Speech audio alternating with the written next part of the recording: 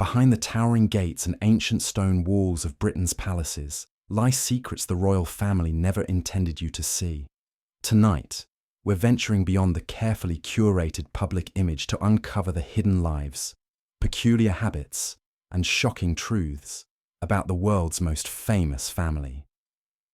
From bizarre royal protocols to private scandals kept under lock and key, each story pulls back the curtain on what really happens when the crowds disappear.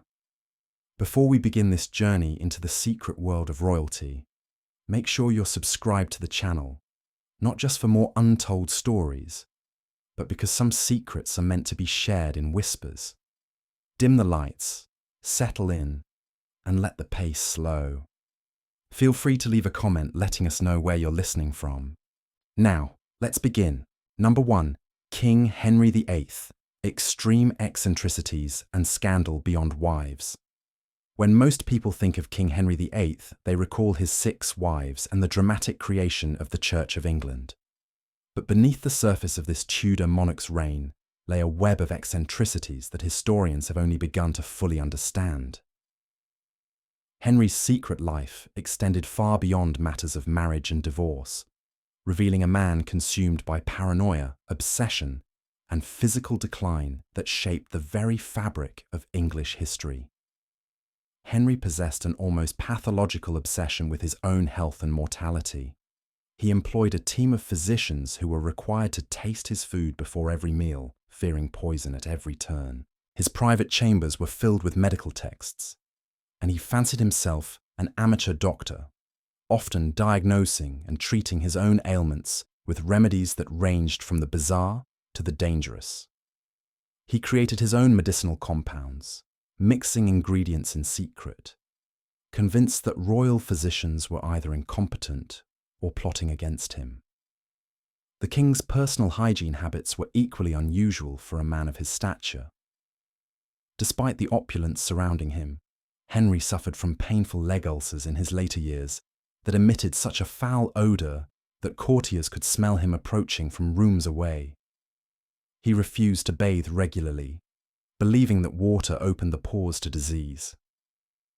Instead, he would have servants rub his body with linen cloths, soaked in rose water and herbs, a practice he insisted upon daily. Henry's private apartments at Hampton Court and Whitehall Palace contained something unexpected. Massive collections of weapons that he would obsessively maintain and catalogue himself.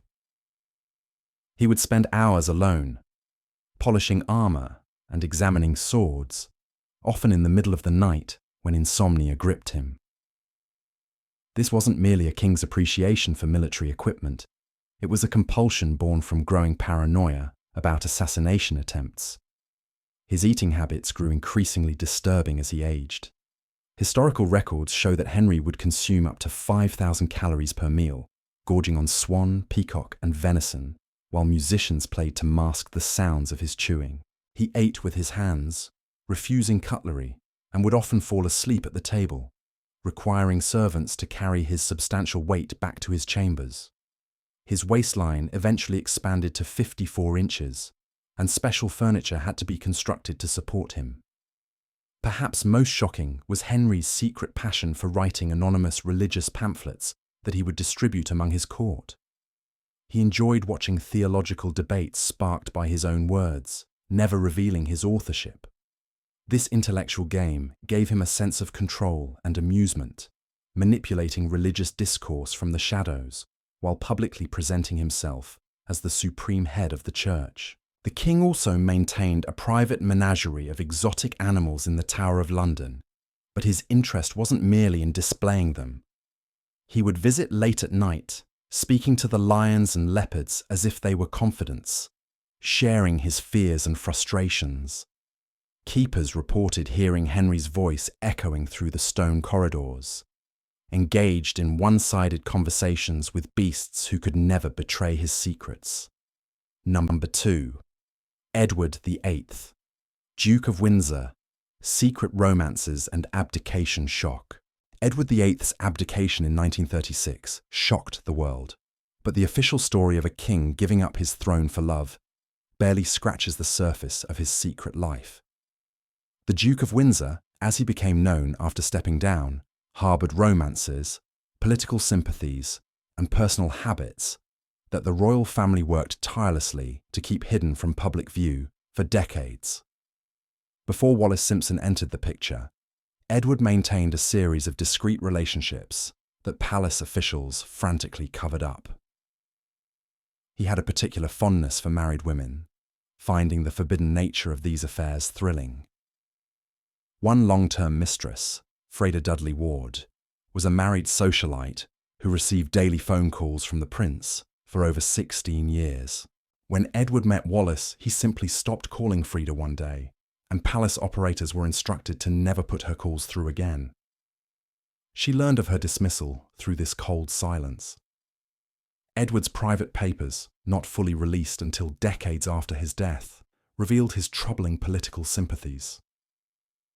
He maintained correspondence with high-ranking officials in Germany throughout the 1930s, expressing admiration for their economic policies and social order.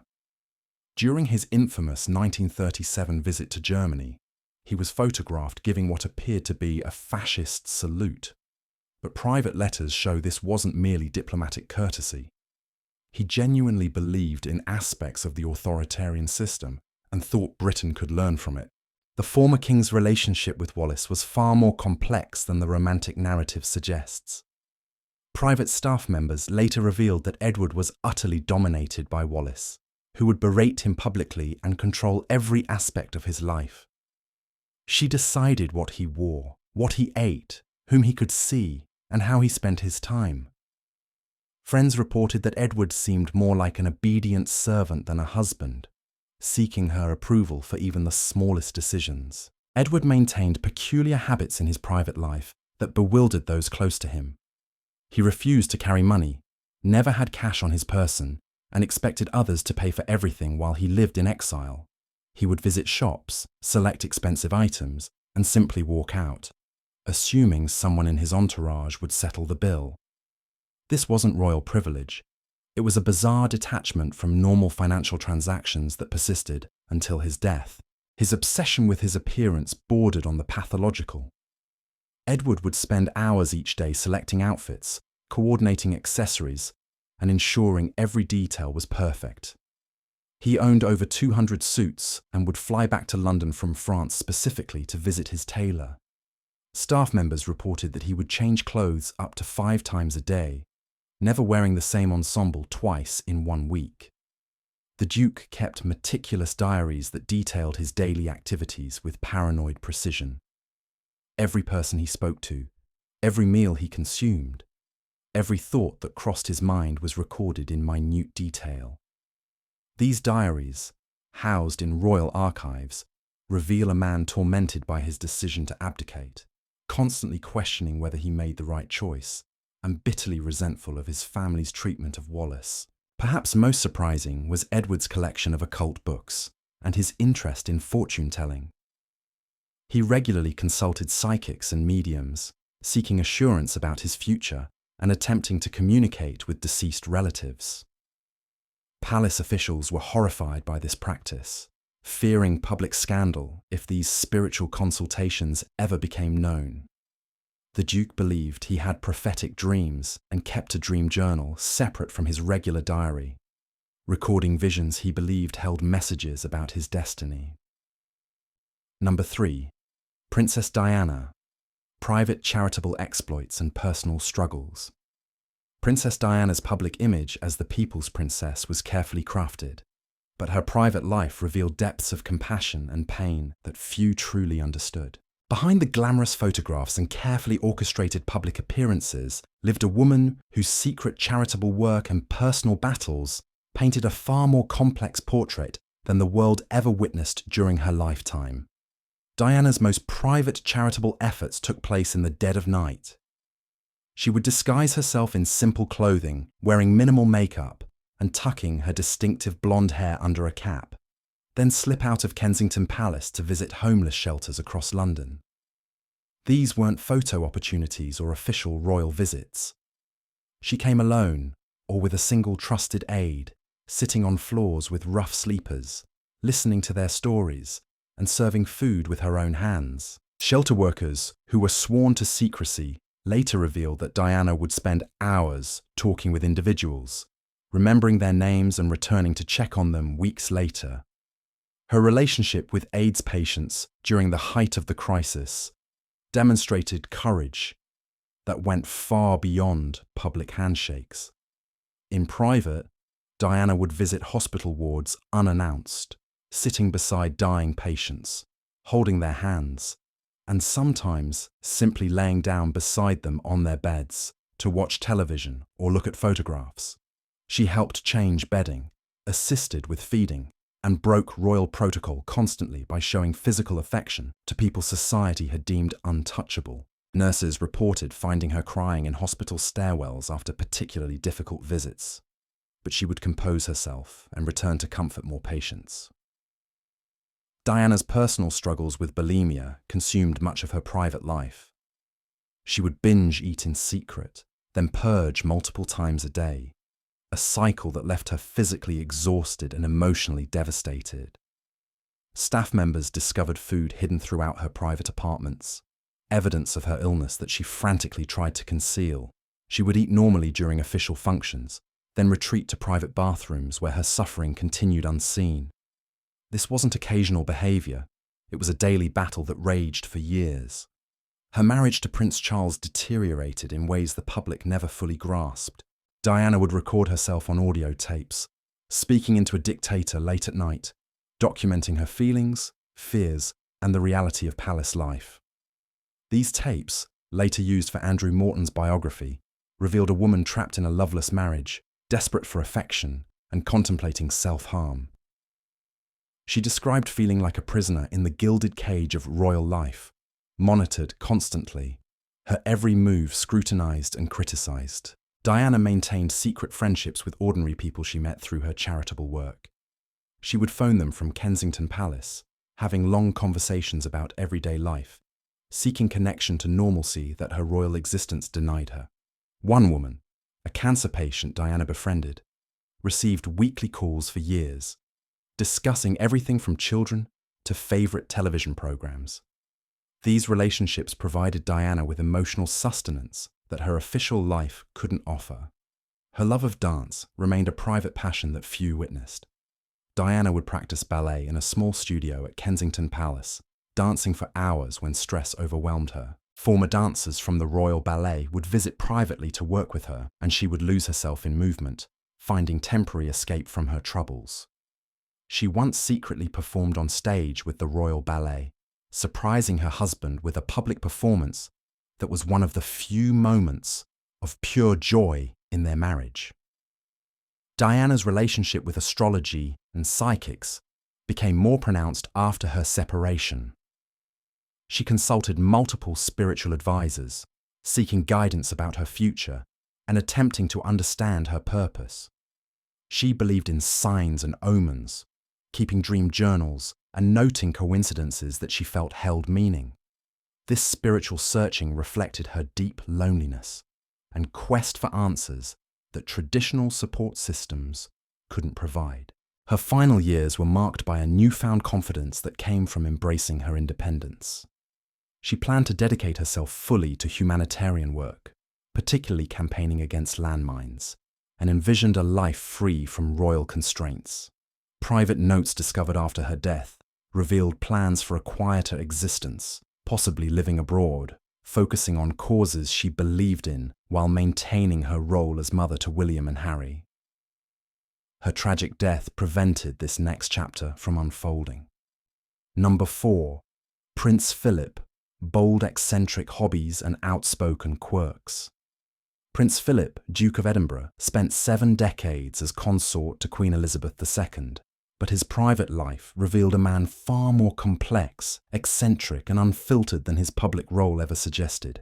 Behind the formal ceremonies and diplomatic appearances lived someone whose hobbies bordered on obsessive and whose personality was marked by bluntness that frequently alarmed palace officials.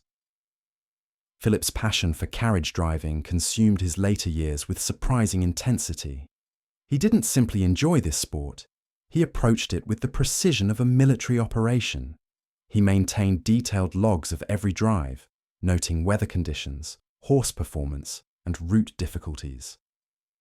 His stables at Windsor were organized with obsessive attention, each piece of equipment labeled and stored in specific locations. He would spend hours adjusting harnesses and studying competition rules, approaching the sport with the same seriousness others might dedicate to matters of state. His collection of paintings was equally unusual. Philip was an accomplished artist who painted landscapes and still lifes, but he kept this work intensely private, rarely showing pieces even to family members. He converted a room at Sandringham into a personal studio where he would paint for hours, often late into the night. The works were technically skilled but emotionally reserved, reflecting perhaps his own difficulty expressing feelings verbally. He gave paintings as gifts occasionally, but always seemed uncomfortable when recipients praised them. Philip's relationship with technology and innovation bordered on obsession. He was among the first royals to embrace email, insisting on having a computer installed at Buckingham Palace in the 1980s, when such technology was still uncommon. He would correspond with scientists and engineers worldwide, engaging in detailed technical discussions about subjects ranging from renewable energy to aircraft design. His curiosity was voracious, and his questions often challenged experts in their own fields. His famous gaffes and politically incorrect comments weren't accidents or signs of age. They reflected a deliberately provocative personality. Philip enjoyed shocking people, particularly pompous officials and overly serious diplomats. Staff members revealed that he would sometimes plan controversial remarks in advance, finding humor in the discomfort they caused. He viewed political correctness as dishonest and refused to conform to it, even when palace officials begged him to exercise more caution. Philip maintained an extensive personal library focused on philosophy, religion, and science. He would read voraciously, often finishing multiple books each week, and enjoyed engaging clergy and academics in theological debates. His questions were direct and sometimes uncomfortable, challenging religious leaders to defend their beliefs with logical arguments. He respected intellectual rigor above all else and had little patience for what he viewed as empty tradition or unexamined faith. His competitive nature extended to everything he did. Whether playing polo in his younger years or carriage driving later, Philip hated losing with a passion that sometimes alarmed competitors. He would practice obsessively, study opponents' techniques, and push himself beyond what seemed reasonable for someone of his age. This wasn't about glory. It was about proving to himself that he could still compete and excel. Philip's relationship with his children was complex and often distant. He struggled to express affection, resorting instead to criticism that he believed would toughen them. He wrote long letters to Charles, offering advice that often came across as harsh judgment. With Anne, he found easier rapport, perhaps because she shared his competitive spirit and no-nonsense approach to life. His emotional reserve was a product of his difficult childhood and naval career, creating barriers that even decades of family life never fully dissolved. His final years were marked by increasing frustration with physical limitations. Philip hated being dependent on others and resisted assistance even when clearly necessary. He would attempt activities his body could no longer safely manage, resulting in falls and injuries that he tried to hide from family and staff. His car accident in 2019 was characteristic. He was driving himself at 97 years old, refusing to accept that perhaps someone else should be behind the wheel. Number 5. Queen Elizabeth I, Hidden Routines and Private Obsessions. Queen Elizabeth I ruled England for 45 years, creating a golden age of arts and exploration. But her private chambers held secrets that would have shocked her subjects. Behind the elaborate costumes and carefully cultivated image of the Virgin Queen lived a woman consumed by vanity, paranoia, and rituals that bordered on the bizarre. Elizabeth's beauty routine was notoriously extensive and toxic. She applied a mixture of white lead and vinegar to her face daily, creating the pale complexion fashionable in Tudor times. This mixture, which we now know was slowly poisoning her, required hours of application and removal. She would sit perfectly still while ladies-in-waiting painted her face with this lethal cosmetic, building up layers that created a mask-like appearance.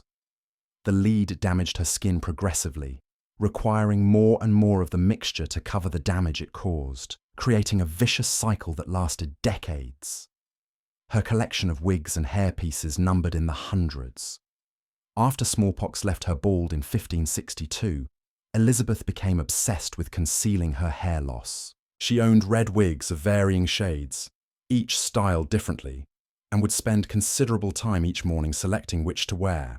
The wigs were maintained by specialists who were sworn to secrecy about the Queen's baldness, and Elizabeth flew into rages if anyone suggested she appeared without her elaborate headdresses.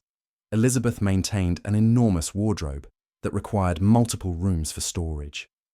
She owned over 2,000 gowns, each encrusted with jewels and embroidery. She rarely wore the same dress twice in public, believing that constant novelty enhanced her mystique. However, she was peculiarly reluctant to dispose of old clothing, keeping gowns from decades earlier, despite their deteriorating condition. Her chambers were packed with these garments, creating storage challenges that palace officials struggled to manage. Her eating habits were erratic and unusual. Elizabeth would often refuse meals for days, then suddenly demand elaborate feasts in the middle of the night. She had particular fondness for sugar, which was extremely expensive in Tudor times, and her sweet tooth contributed to severe dental decay. By her later years, she had lost most of her teeth, which affected her speech and caused her considerable pain. She tried to hide this by keeping her lips tightly closed when not speaking and positioning herself strategically during audiences. The Queen's paranoia about assassination consumed much of her private thoughts. She employed food tasters and insisted that her meals be prepared in locked rooms with trusted servants watching constantly. She kept daggers hidden throughout her private apartments and reportedly slept with a sword beneath her pillow. This wasn't entirely irrational. Several genuine plots against her life were uncovered during her reign, but her precautions extended far beyond reasonable security measures. Elizabeth's relationship with Robert Dudley, Earl of Leicester, was the great romance of her life, though exactly what transpired between them remains mysterious. Private letters reveal deep emotional attachment, with Elizabeth addressing Dudley in intimate terms and showering him with gifts and positions. They would spend hours alone together, behaviour that scandalised court observers. But whether their relationship was ever physical remains debated. Elizabeth's status as the Virgin Queen depended on maintaining this ambiguity. Her collection of books was extensive and eclectic. Elizabeth was genuinely scholarly, fluent in 6 languages, and she maintained a private library where she would retreat to read and translate classical texts. She would work on translations late into the night, finding solace in intellectual pursuits when the pressures of monarchy became overwhelming. These translations were of high quality, demonstrating that her scholarly reputation wasn't merely propaganda. Elizabeth's fear of aging became more pronounced as she grew older. She banned mirrors from her chambers after age 60, unable to bear seeing her own reflection. She would fly into rages if anyone suggested she looked tired or unwell, and executed laws that made it treason to discuss the royal succession, essentially forbidding conversation about her mortality. This denial of aging extended to refusing medical treatment for various ailments, believing that acknowledging illness would make it real. Her final months were marked by deep melancholy. She refused to eat properly, wouldn't change her clothes, and stood for hours on end rather than lying down, perhaps fearing that if she went to bed, she would never rise again. When she finally collapsed, she lived another day, whispering instructions and making final arrangements. Her death marked the end of the Tudor dynasty, and with her passing, many secrets of her private life were deliberately destroyed by those who sought to preserve her legendary status. Number 6. Queen Victoria, strange collections and rigid private rituals. Queen Victoria's reign lasted 63 years, the longest of any British monarch until her great-great-granddaughter Elizabeth II surpassed it. But beneath her public image, as the stern matriarch of an empire, lived a woman whose private life was governed by peculiar collections, rigid rituals, and an obsessive devotion to her deceased husband that bordered on the pathological. Victoria's mourning for Prince Albert after his death in 1861 defined the rest of her life in ways that seem almost incomprehensible today. She kept Albert's rooms at Windsor Castle exactly as they were on the day he died. Fresh clothes were laid out for him daily, his shaving water was brought each morning, and nothing in his quarters was moved or changed. This wasn't simply preserving a memorial. Victoria would visit these rooms and speak to Albert as if he were present, consulting him on decisions and sharing her daily concerns with empty space. Her collection of Albert's possessions extended beyond his rooms. She commissioned hundreds of busts, paintings, and photographs of her husband, which were displayed throughout her residences. She wore mourning black for the remaining 40 years of her life and insisted that court remain in perpetual mourning. This created a somber atmosphere in British royal life that persisted for decades, turning what should have been the vibrant centre of a great empire into something resembling a mausoleum. Victoria maintained detailed journals throughout her life, writing in them daily without fail. These journals numbered in the hundreds of volumes and documented everything from state affairs to the most mundane details of her daily routine.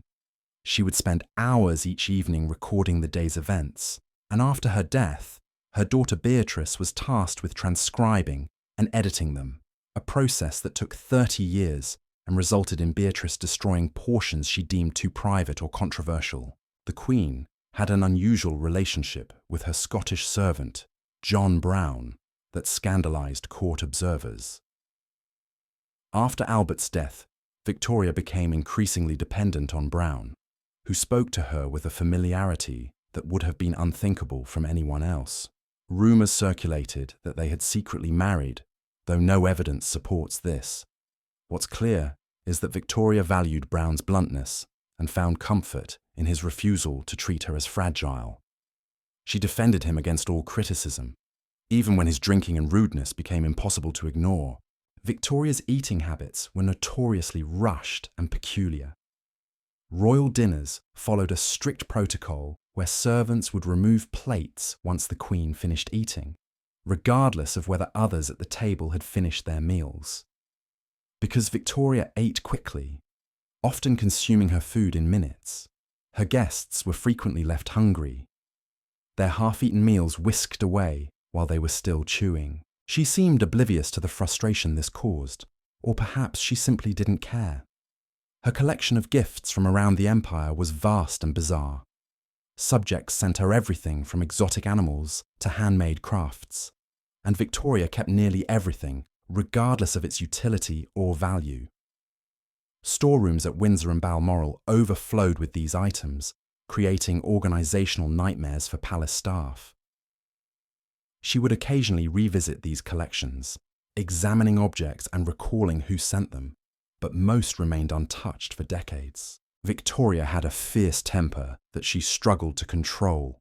She would throw objects when angry, shouted at servants and family members, and held grudges for years. Her children feared her displeasure, and even as adults, they would approach her with trepidation. This temper contrasted sharply with her public image, creating a disconnect between the grandmother of Europe that her subjects imagined and the difficult woman her family knew. Her relationship with her children was complex and often cold. She resented the pregnancies that she endured 9 times, viewing them as unpleasant duties that interfered with her time with Albert.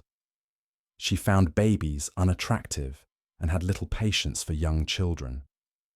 As her children grew, she was demanding and critical, particularly of her eldest son Bertie, whom she blamed irrationally for Albert's death. She arranged marriages for her children based on political considerations rather than their happiness, viewing them as tools for strengthening royal alliances across Europe. Victoria's final years were marked by increasing frailty but undiminished stubbornness. She refused to retire or significantly reduce her workload, insisting on reviewing documents and receiving ministers even when her health made this difficult. She maintained her routines and rituals until nearly the end, finding comfort in the familiar patterns that had structured her long life. Her death in 1901 marked not just the end of a reign, but the close of an entire era in British history. Number 7. Prince Charles/King. Charles III. Private estates and eccentric routines. Charles, now King Charles III, spent longer as heir apparent than anyone in British history, and during those decades, he developed private habits and routines that reveal a man far more complex and particular than his public persona suggests. His organic farming, architectural passions, and daily rituals paint a portrait of someone deeply set in his ways and uncompromising in his convictions. Charles's organic farm at Highgrove has been his passion project for over 40 years. He speaks to his plants, a practice he's openly discussed, believing that positive energy encourages growth. Staff members report that he spends hours walking through his gardens, examining specific plants and giving detailed instructions about their care. He maintains meticulous records of crop yields and soil conditions, approaching organic farming with the seriousness others might dedicate to corporate management. This isn't a hobby. It's a deeply held conviction about humanity's relationship with nature. His daily routine is famously rigid and precise. Charles requires his breakfast eggs boiled for exactly 3.5 minutes, and his staff must prepare multiple eggs because if the first isn't perfect, he'll reject it. His shoelaces must be ironed flat, his toothpaste must be squeezed onto his brush by someone else, and his bath water must be precisely the right temperature. These aren't the demands of a spoiled aristocrat. They're the habits of someone who finds comfort in exact routine and becomes genuinely distressed when these patterns are disrupted. His relationship with architecture became almost evangelical.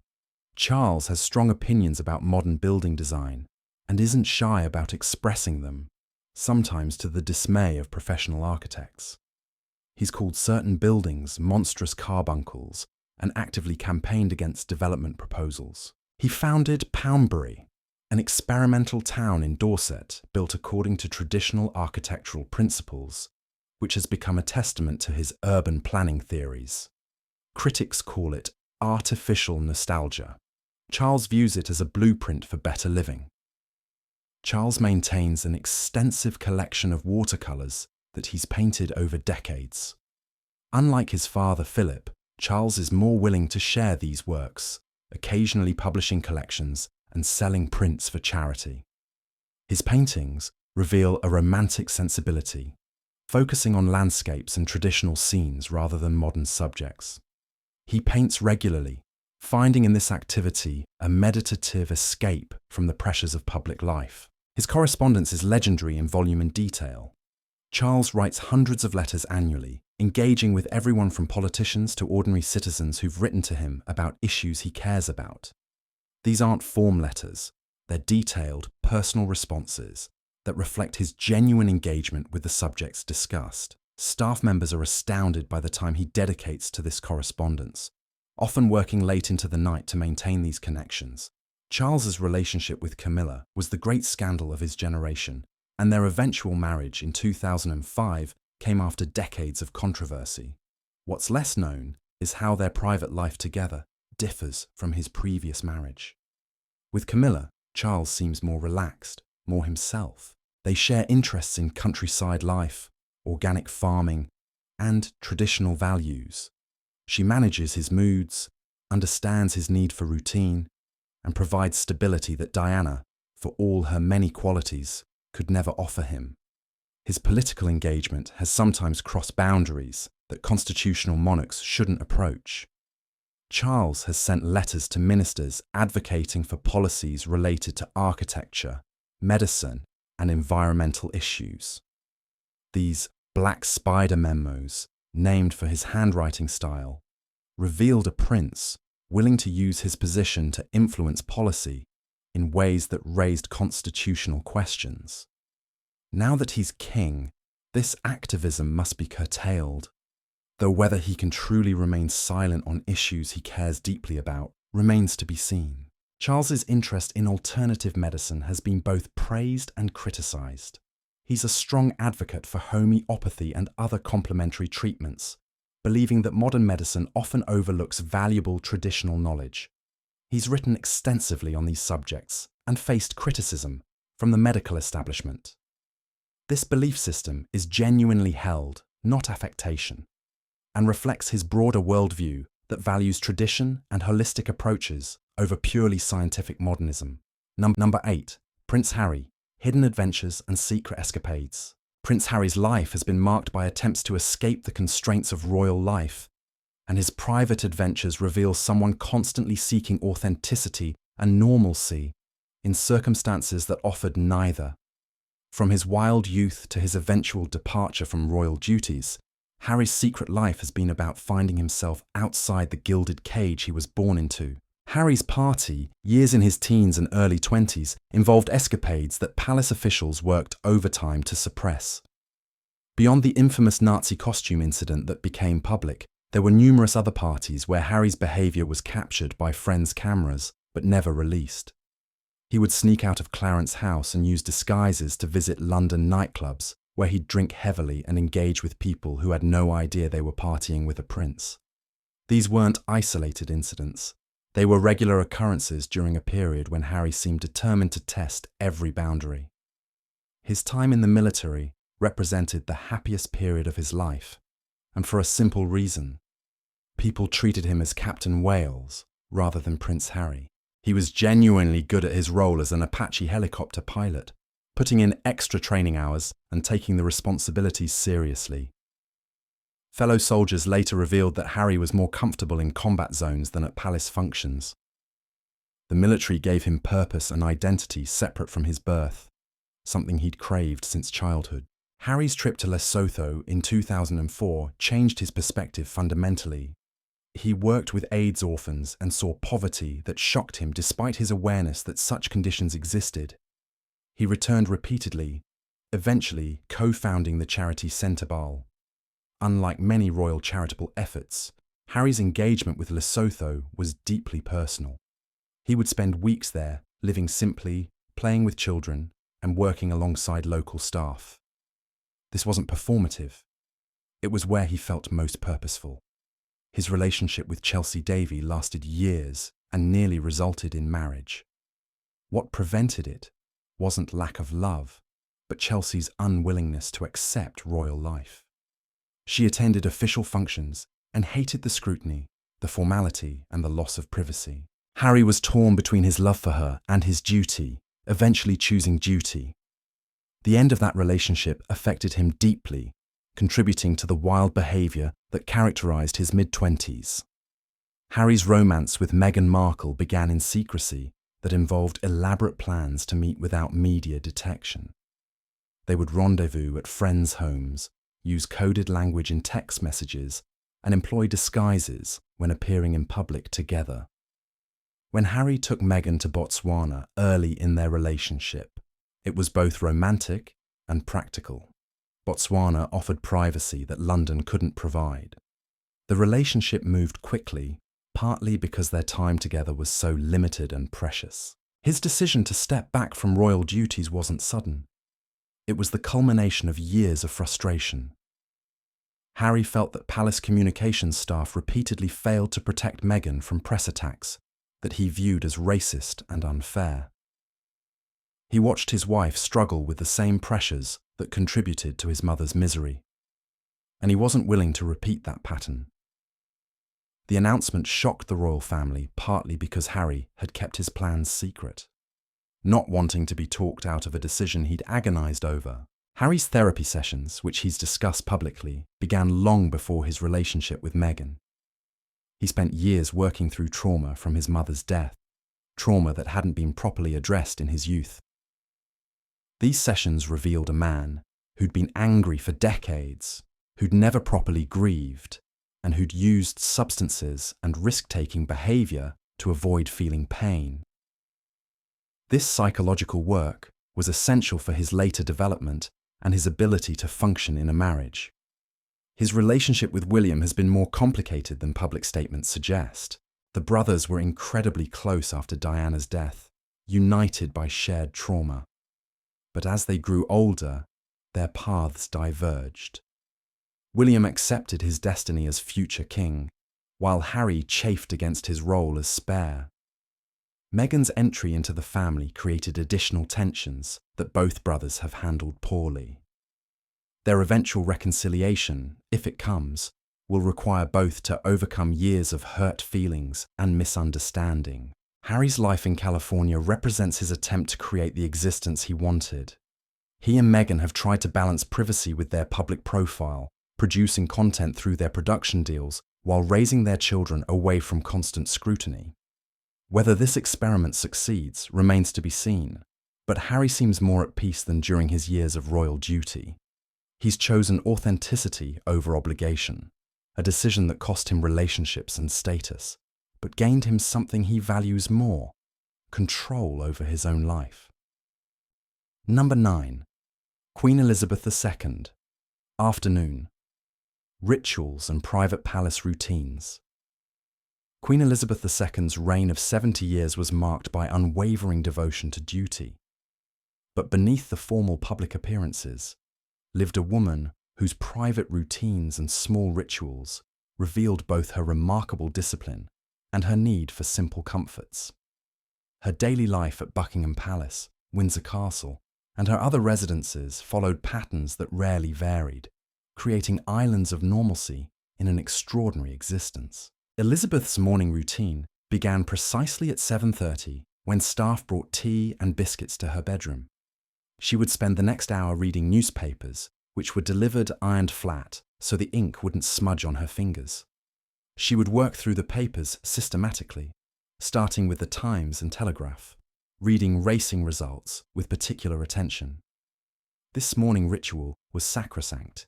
Even during periods of family crisis, the papers arrived on time, properly prepared. Her relationship with her corgis was far more significant than most people realized. The dogs weren't merely pets. They were companions who received her attention in ways that people rarely did.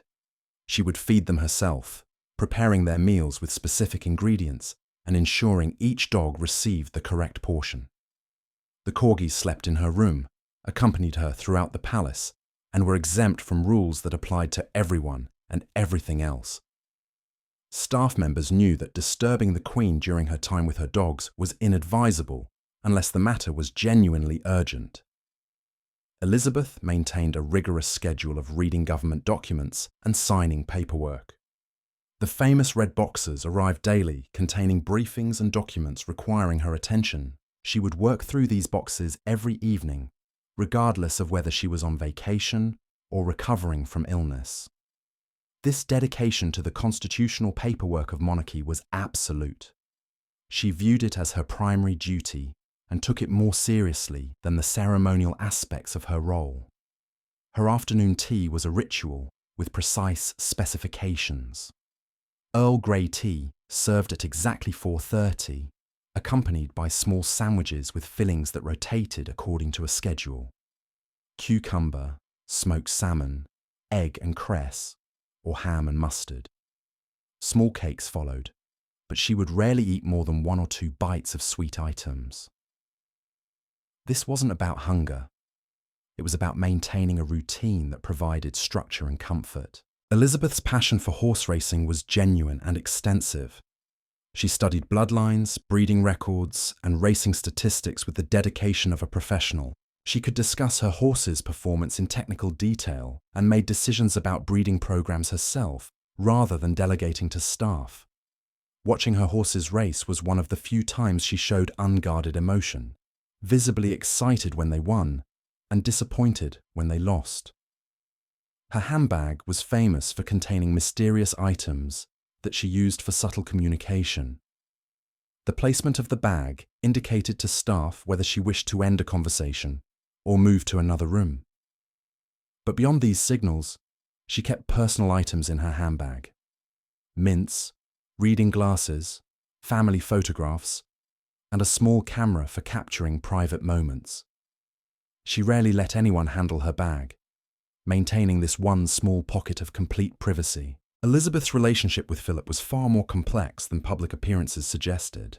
They maintained separate bedrooms, as was traditional among aristocracy, but would visit each other regularly. They shared private jokes that bewildered those who overheard them and had developed shorthand communication after decades together. Philip's death in 2021 devastated her more than she showed publicly. Staff reported that she seemed diminished, older, as if part of her had departed with him. Her final months were marked by increasing physical frailty, but undiminished mental sharpness.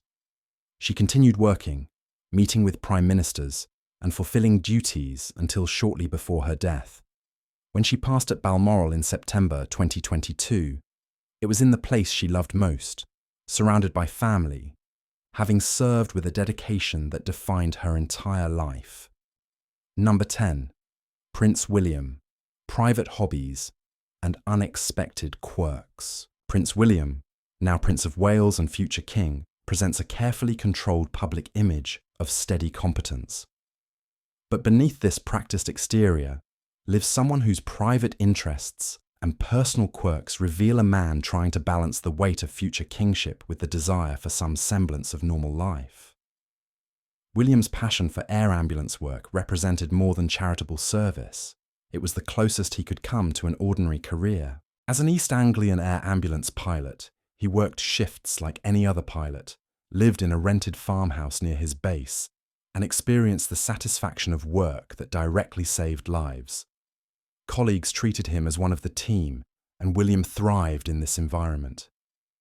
The decision to end this career and return to full-time royal duties was difficult. He genuinely loved the job and the relative anonymity it provided. His collection of motorcycles is less known than it should be. William owned several bikes and would regularly ride through country roads near Anne Hall, his Norfolk home. This hobby terrified palace security and caused tension with Catherine, who worried about the risks. After becoming a father, William reduced his riding, but staff report that he still takes bikes out occasionally, finding in the speed and focus a rare moment of complete presence where the future doesn't matter.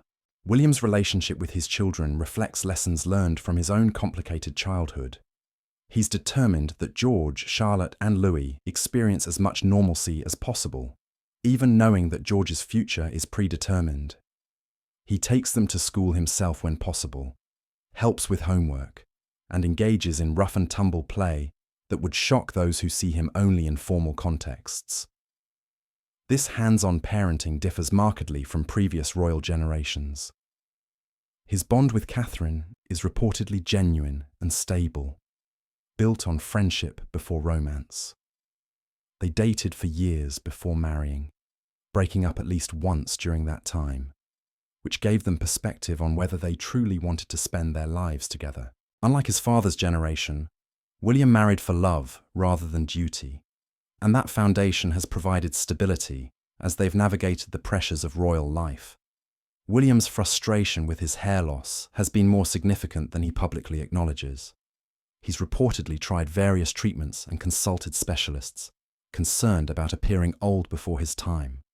This vanity might seem trivial, but it reflects the pressure of living under constant scrutiny where every physical change becomes fodder for public commentary. His relationship with Harry has been deeply painful for both brothers. They were extraordinarily close after their mother's death, united by shared trauma and understanding. As adults, their paths diverged in ways neither expected. William feels Harry abandoned duty and believes Meghan influenced this decision negatively. Harry feels William prioritized institution over brother. The truth likely involves fault on both sides, but bridging this gap will require vulnerability neither has yet shown. William's approach to monarchy is more traditional than some hoped. He believes in the institution's value and isn't inclined toward radical reform. He watches the political situation carefully, understanding that public support for monarchy cannot be assumed but must be earned by each generation. His challenge will be maintaining relevance and respect in an era increasingly skeptical of hereditary privilege. Number 11. Princess Anne, Equestrian Obsessions and Personal Routines. Princess Anne, the Princess Royal, has spent her life operating slightly outside the main royal spotlight, and she's used that relative freedom to live according to her own rules. Her dedication to equestrianism, her no-nonsense approach to royal duty, and her personal routines reveal someone utterly unconcerned with public opinion. Anne's Olympic equestrian career in 1976 represented genuine athletic achievement rather than ceremonial participation. She competed on a horse she'd trained herself, took falls during the course, and completed the event despite injury. This wasn't a royal dabbling in sport.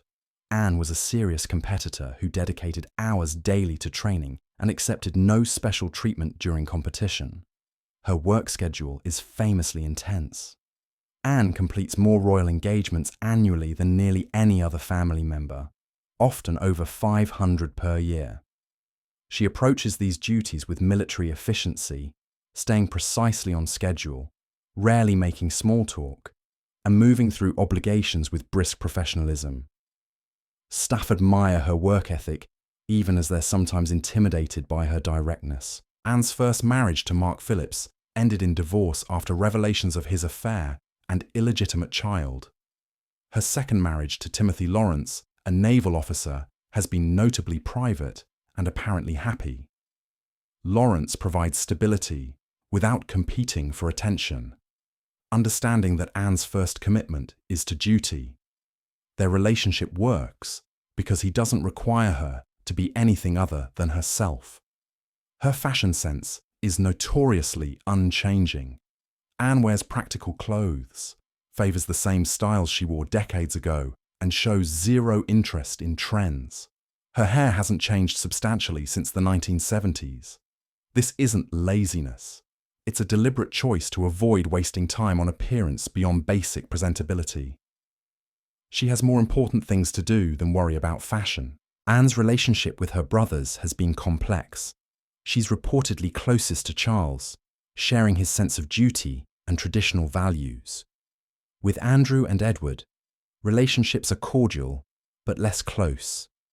She's known for speaking bluntly about family matters, a trait that sometimes causes friction, but also earns respect for honesty. Her children, Peter and Zara, were raised without royal titles, a decision Anne made to give them more normal lives. Both have pursued careers outside royal duties, and Anne's relationship with them seems warmer and more relaxed than her own upbringing. Zara, following her mother into equestrian competition, achieved Olympic success that even exceeded Anne's accomplishments. Anne's stoicism is legendary. When a man attempted to kidnap her in 1974, shooting her bodyguard and trying to force her from her car, Anne reportedly told him, "Not bloody likely," and fought back. This cool response to genuine danger exemplified her personality. Practical, brave, and utterly unflappable. Number 12. King George V, Military Obsessions and Secret Hobbies. King George V ruled from 1910 to 1936, steering Britain through World War I and establishing the modern royal family's public relations approach. But his private life revealed obsessions with military precision and hobbies that provided escape from the pressures of monarchy during tumultuous times. George's stamp collection was one of the finest in the world, personally assembled and maintained with obsessive attention to detail. He would spend hours examining stamps through magnifying glasses, cataloguing new acquisitions, and corresponding with collectors worldwide. This wasn't casual hobby. George was genuinely expert, capable of identifying rare variations and spotting forgeries. The collection represented control and order in a life otherwise consumed by duties he hadn't expected. His relationship with his father, Edward VII, was distant and complicated. George had been raised expecting his older brother, Albert Victor, to become king. Leaving George free for a naval career he loved. Albert Victor's unexpected death thrust George into a role he never wanted. This circumstance shaped his personality. He approached kingship as duty rather than destiny, without his father's ease or charm. George's daily routine was rigorously maintained. He rose at the same time each morning, ate meals on schedule, and allocated specific hours to specific tasks. This wasn't flexibility. It was the Navy discipline he'd internalized during his years at sea. He expected those around him to maintain similar standards, creating an atmosphere of formality that some found oppressive. His relationship with his children was notably cold. George believed in strict discipline and showed little physical affection. His sons, particularly David, later Edward VIII, and Bertie, later George VI, found him intimidating and were desperate for his approval, which he rarely gave. This created lasting damage. David's rebellion and Bertie's anxiety can both be traced partly to their father's emotional unavailability. George's response to World War I demonstrated his serious approach to duty. He gave up alcohol for the war's duration, hoping to set an example for munitions workers whose drinking supposedly hampered production. He visited troops and hospitals extensively, genuinely concerned about their welfare. The war aged him visibly. Photographs from before 1914 show a healthier, younger-looking man than images from afterward. His decision to change the royal family's name from Saxe-Coburg-Gotha to Windsor during the war was politically astute, but personally painful. He was stripping away his family's German heritage at a time when anti-German sentiment ran high. This pragmatism over sentiment characterized his reign. He understood that monarchy must adapt to survive. George's final illness was marked by his doctor's controversial decision to hasten his death. His physician gave him a fatal injection of morphine and cocaine, timing his death for the morning papers rather than afternoon editions. This decision, made without George's consent, was justified as mercy, but reflected attitudes toward royal deaths as public events that needed proper management. Number 13. Queen Mary, private collections and odd rituals. Queen Mary, consort to King George V, and grandmother to Queen Elizabeth II, presented an image of regal dignity and formidable presence. But her private life revealed obsessions with collecting that bordered on kleptomania, and rituals that reflected both her aristocratic upbringing and personal eccentricities. Mary's collecting was legendary and problematic. She would visit stately homes and admire objects with such obvious desire that owners felt compelled to gift them to her. If gifts weren't forthcoming, items sometimes disappeared anyway. This wasn't quite theft. It was rather the exploitation of social conventions by someone who understood that people couldn't refuse a queen. Her collections filled multiple rooms at various royal residences, carefully catalogued and obsessively maintained. Her jewellery collection was particularly extensive. Mary loved jewels with a passion that exceeded mere appreciation for beauty or value. She would spend hours examining pieces, having them reset in new styles, and creating elaborate combinations for different occasions. After her death, this collection formed a significant portion of the royal jewellery that Elizabeth II inherited and wore throughout her reign. Mary's rigidity about protocol and formality created a stiff atmosphere wherever she lived. She expected precise adherence to rules of dress, behaviour, and address. Even family members found her intimidating. Her grandchildren, including the young Elizabeth, would be nervous in her presence. This formality wasn't affectation. Mary genuinely believed in the importance of maintaining standards and setting proper examples. Her relationship with her children was formal and emotionally distant. She believed that royal children should be raised with strict discipline and minimal displays of affection. When her son David abdicated, Mary was devastated, but publicly maintained that duty must come before personal happiness. Her inability to understand David's choice reflected her own complete sublimation of personal desire to royal obligation. Mary's daily routine included elaborate dressing rituals that required multiple ladies-in-waiting. She wore heavily structured Edwardian-style clothing throughout her life, refusing to adopt more modern fashions even as they became dated.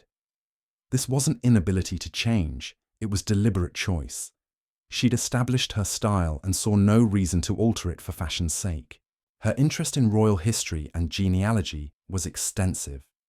Mary maintained detailed knowledge of family connections across European royalty and could trace relationships back generations. She viewed the royal family as a living historical institution and took seriously her role as guardian of its traditions and artifacts. Mary's final years during World War II were spent at Badminton House, evacuated from London for safety. Even there, she maintained her standards and routines, creating a bubble of pre-war formality in wartime Britain. She survived to see her granddaughter Elizabeth become queen, dying in 1953, just weeks before Elizabeth's coronation. Number 14. Prince Edward. Private eccentricities. Prince Edward, Earl of Wessex and now Duke of Edinburgh, has lived much of his life as the overlooked youngest child of Queen Elizabeth II. His private life reveals someone who's carved out his own path, distinct from his siblings, marked by theatrical interests, business ventures that didn't quite succeed, and a quieter approach to royal life.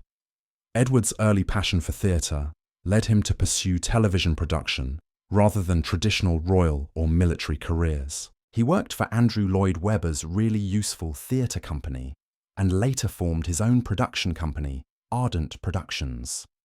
These ventures were attempts to establish identity outside royal duty, but they faced criticism when they sometimes exploited his royal connections while claiming independence. His participation in the television show It's a Royal Knockout in 1987 was a public relations disaster. Edward convinced several family members to participate in this charity fundraiser, where royals competed in silly games wearing costumes. The British public found it undignified, and Edward's defensive response to criticism showed a thin skin unusual for royals. The experience seemed to chasten him. His subsequent public life has been far more conventional. Edward's relationship with Sophie Rhys-Jones, whom he married in 1999, has been notably stable and scandal-free. Sophie had her own career in public relations before marriage, and she's adapted to royal life while maintaining a level of normalcy. Their decision to give their children the titles of Lady and Viscount rather than Prince and Princess suggests a desire to spare them some of the pressures Edward experienced. His work with the Duke of Edinburgh's award scheme, which he inherited after Philip's death, represents his most successful royal role. Edward has expanded the programme internationally and demonstrated genuine commitment to youth development. This work seems to give him purpose and allows him to honour his father's legacy while creating his own. Edward's relationship with his siblings has been complicated by being youngest and often overlooked. He wasn't as wild as Andrew or as burdened as Charles, and he lacked Anne's fierce independence. Finding his place in this family dynamic took decades, and he seems to have achieved it by being reliably dutiful without seeking spotlight or controversy. His private interests include real tennis, a historical version of the sport played in specialised courts. He's also interested in history and maintains a personal library focused on British historical topics. These quiet hobbies reflect someone content with low-key pursuits rather than dramatic gestures. Number 15. Prince Albert. Historical quirks and hidden routines. Prince Albert, consort to Queen Victoria, is remembered primarily for his influence on Victorian Britain and his premature death at 42. But his private life revealed a man of surprising contradictions. Intellectually brilliant, yet emotionally reserved. Devoted to progress, yet bound by protocol. Passionate about his wife, yet often overwhelmed by her intensity. Albert's daily routine was rigorously structured around productivity. He rose early, typically before Victoria, and would work through correspondence and papers before breakfast. He believed idleness was morally wrong and structured every hour of his day around useful activity. This compulsive productivity stemmed partly from his German upbringing and partly from his need to prove his worth in a country that initially viewed him as a foreign interloper living off British generosity. His role in planning the Great Exhibition of 1851 represented his greatest achievement and revealed his vision for Britain's future. Albert personally oversaw countless details, from selecting the location in Hyde Park to approving design elements of the Crystal Palace. He viewed the exhibition as demonstrating British technological and cultural superiority, and its success vindicated his years of effort. But the stress of the project took a physical toll he never fully recovered from. Albert's relationship with Victoria was intense and sometimes difficult.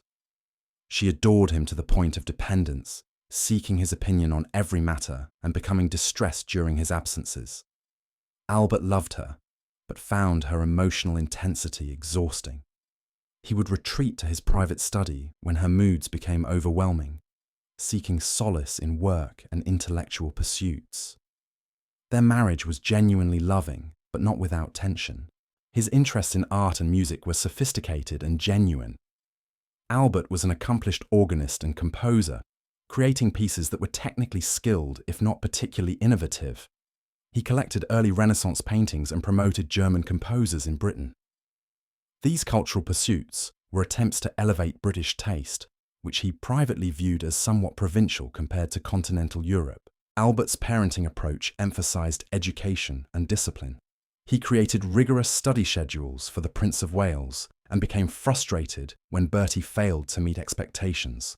This pressure damaged their relationship and contributed to Bertie's rebellious behaviour later in life. Albert couldn't understand why his son didn't share his intellectual passions and work ethic. His death from typhoid fever in 1861 devastated Victoria and altered British history. Albert had been suffering from chronic stomach problems for years, likely a form of cancer, which weakened his constitution. When typhoid struck, his body couldn't fight it. Victoria's subsequent 40 years of mourning turned Albert into a secular saint, his memory preserved in countless monuments and institutions bearing his name. Number 16. Princess Margaret, Secret Indulgences and Behaviours. Princess Margaret, younger sister to Queen Elizabeth II, lived in her siblings' shadow while craving spotlight and independence. Her private life revealed someone torn between duty and desire, ultimately choosing neither satisfactorily, leading to a life marked by unfulfilled potential and quiet desperation hidden behind glamorous parties and cigarette smoke. Margaret's romance with Peter Townsend, a divorced equerry to the royal family, represented the great tragedy of her youth. They fell in love in the early 1950s, but the Church of England's position on divorce and royal protocol made marriage impossible without Margaret renouncing her rights and position. She ultimately chose duty over love, a decision that seemed to embitter her for life. Townsend moved on, married happily, and lived contentedly, while Margaret never quite recovered from losing him. Her marriage to Anthony Armstrong-Jones, later Lord Snowdon, began with passion, but descended into mutual cruelty. Both had affairs, Snowdon fathering a child with another woman while married to Margaret. They would fight viciously, exchanging cutting remarks designed to wound. Their divorce in 1978 was the first royal divorce in modern times, scandalizing some and liberating Margaret from a relationship that had become toxic. Margaret's party lifestyle was partly genuine enjoyment and partly performance. She loved nightclubs, stayed out until dawn, drank heavily, and smoked constantly. But friends reported that beneath the hedonism lived someone fundamentally unhappy, using pleasure to fill a void that couldn't be filled. Her parties at her Caribbean retreat on Mustique were legendary and sometimes controversial, attracting celebrities and socialites for weeks of indulgence. Her relationship with Roddy Llewellyn, a landscape gardener 17 years her junior, caused scandal, but also represented a brief period of genuine happiness. Roddy wasn't intimidated by her status and treated her with casual affection rather than formal deference. When photographs of them on Mustique were published, the public was shocked, and the relationship couldn't survive the scrutiny. Its end seemed to confirm Margaret's belief that she wasn't allowed to be happy. Margaret's artistic interests were genuine and sophisticated. She was an accomplished pianist, played regularly for her own enjoyment, and hosted musical evenings at Kensington Palace where professional musicians would perform. She also painted and sketched, though she kept this work private, apparently lacking confidence in her abilities despite possessing real talent. Her relationship with Elizabeth was complex, combining sibling affection with resentment. Margaret sometimes felt that fate had treated her unfairly, giving her sister the crown and responsibility while leaving Margaret with neither clear role nor real freedom. Elizabeth seemed to pity Margaret, while also being frustrated by her sister's inability to find contentment in her circumstances. Margaret's final years were marked by declining health, accelerated by her lifestyle. Multiple strokes left her partially paralysed and dependent on others. She who had valued independence above almost everything else found herself unable to care for herself. Her death in 2002 seemed almost merciful, ending a life that had contained moments of glamour but too little genuine joy. Number 17. Prince John. Hidden lifestyle and private eccentricities. Prince John, youngest son of King George V and Queen Mary, lived most of his short life hidden from public view at Sandringham. His story reveals the royal family's approach to disability and difference in the early 20th century, a mixture of shame, protection, and genuine love that resulted in a lonely existence for a boy whose epilepsy and possible autism made him unsuitable for public life. John was born in 1895, seemingly healthy and normal. But by age 4, he began experiencing seizures that were eventually diagnosed as epilepsy. In that era, epilepsy carried enormous stigma, and royal families particularly feared that such conditions suggested degeneracy or weak bloodlines. George and Mary made the difficult decision to keep John increasingly separate from public life and eventually from the rest of the family. He was moved to Wood Farm on the Sandringham estate, cared for by his devoted nanny, Charlotte Lalla Bill. This wasn't quite imprisonment. The estate provided space for John to roam, gardens where he could play, and visits from family members. But it was isolation nonetheless. John was being hidden because his condition embarrassed the family, and because his unpredictable seizures made public appearances impossible. Reports from those who knew John suggest he was a sweet-natured child who loved animals and nature. He kept pets, including rabbits and chickens, and spent hours in the gardens. He had some education from tutors, but his learning disabilities made traditional academics challenging. Instead, he learned practical skills and enjoyed simple pleasures that more complex minds might overlook. John's seizures grew more frequent and severe as he aged. Treatment options in that era were limited and often barbaric. He was given bromide salts, which had sedating effects but didn't prevent seizures and had numerous side effects. The condition was poorly understood, and families like John's could do little beyond keeping the child comfortable and safe. His siblings visited when possible, though their memories of John were vague given their age differences and separation. Mary, his sister, later wrote affectionately about him, remembering a gentle brother who seemed content despite his limitations. Whether John understood his isolation or questioned why his family lived elsewhere while he remained at Wood Farm is unknown. John died during a severe seizure in January 1919, shortly after his 13th birthday. His death was reported matter-of-factly in court circulars, and there was no public funeral. Queen Mary wrote in her diary that his death was a great relief because John had become more of an anxiety than ever. This wasn't callousness. It reflected the exhaustion of caring for a severely disabled child in an era with few resources, and the belief that John's death freed him from a life of suffering. His grave at Sandringham is simple and understated, reflecting perhaps the quiet life he led. Modern perspectives on disability make John's story particularly poignant. With current understanding and treatment of epilepsy, he might have lived very differently. Instead, he remains a footnote in royal history, a reminder of how families once responded to conditions they couldn't understand or accept. Number 18. Prince Leopold. Personal habits and unusual routines. Prince Leopold, Duke of Albany, was Queen Victoria's 8th child and youngest son. His life was defined by haemophilia, the genetic bleeding disorder that Victoria unknowingly passed to several descendants, altering royal history across Europe.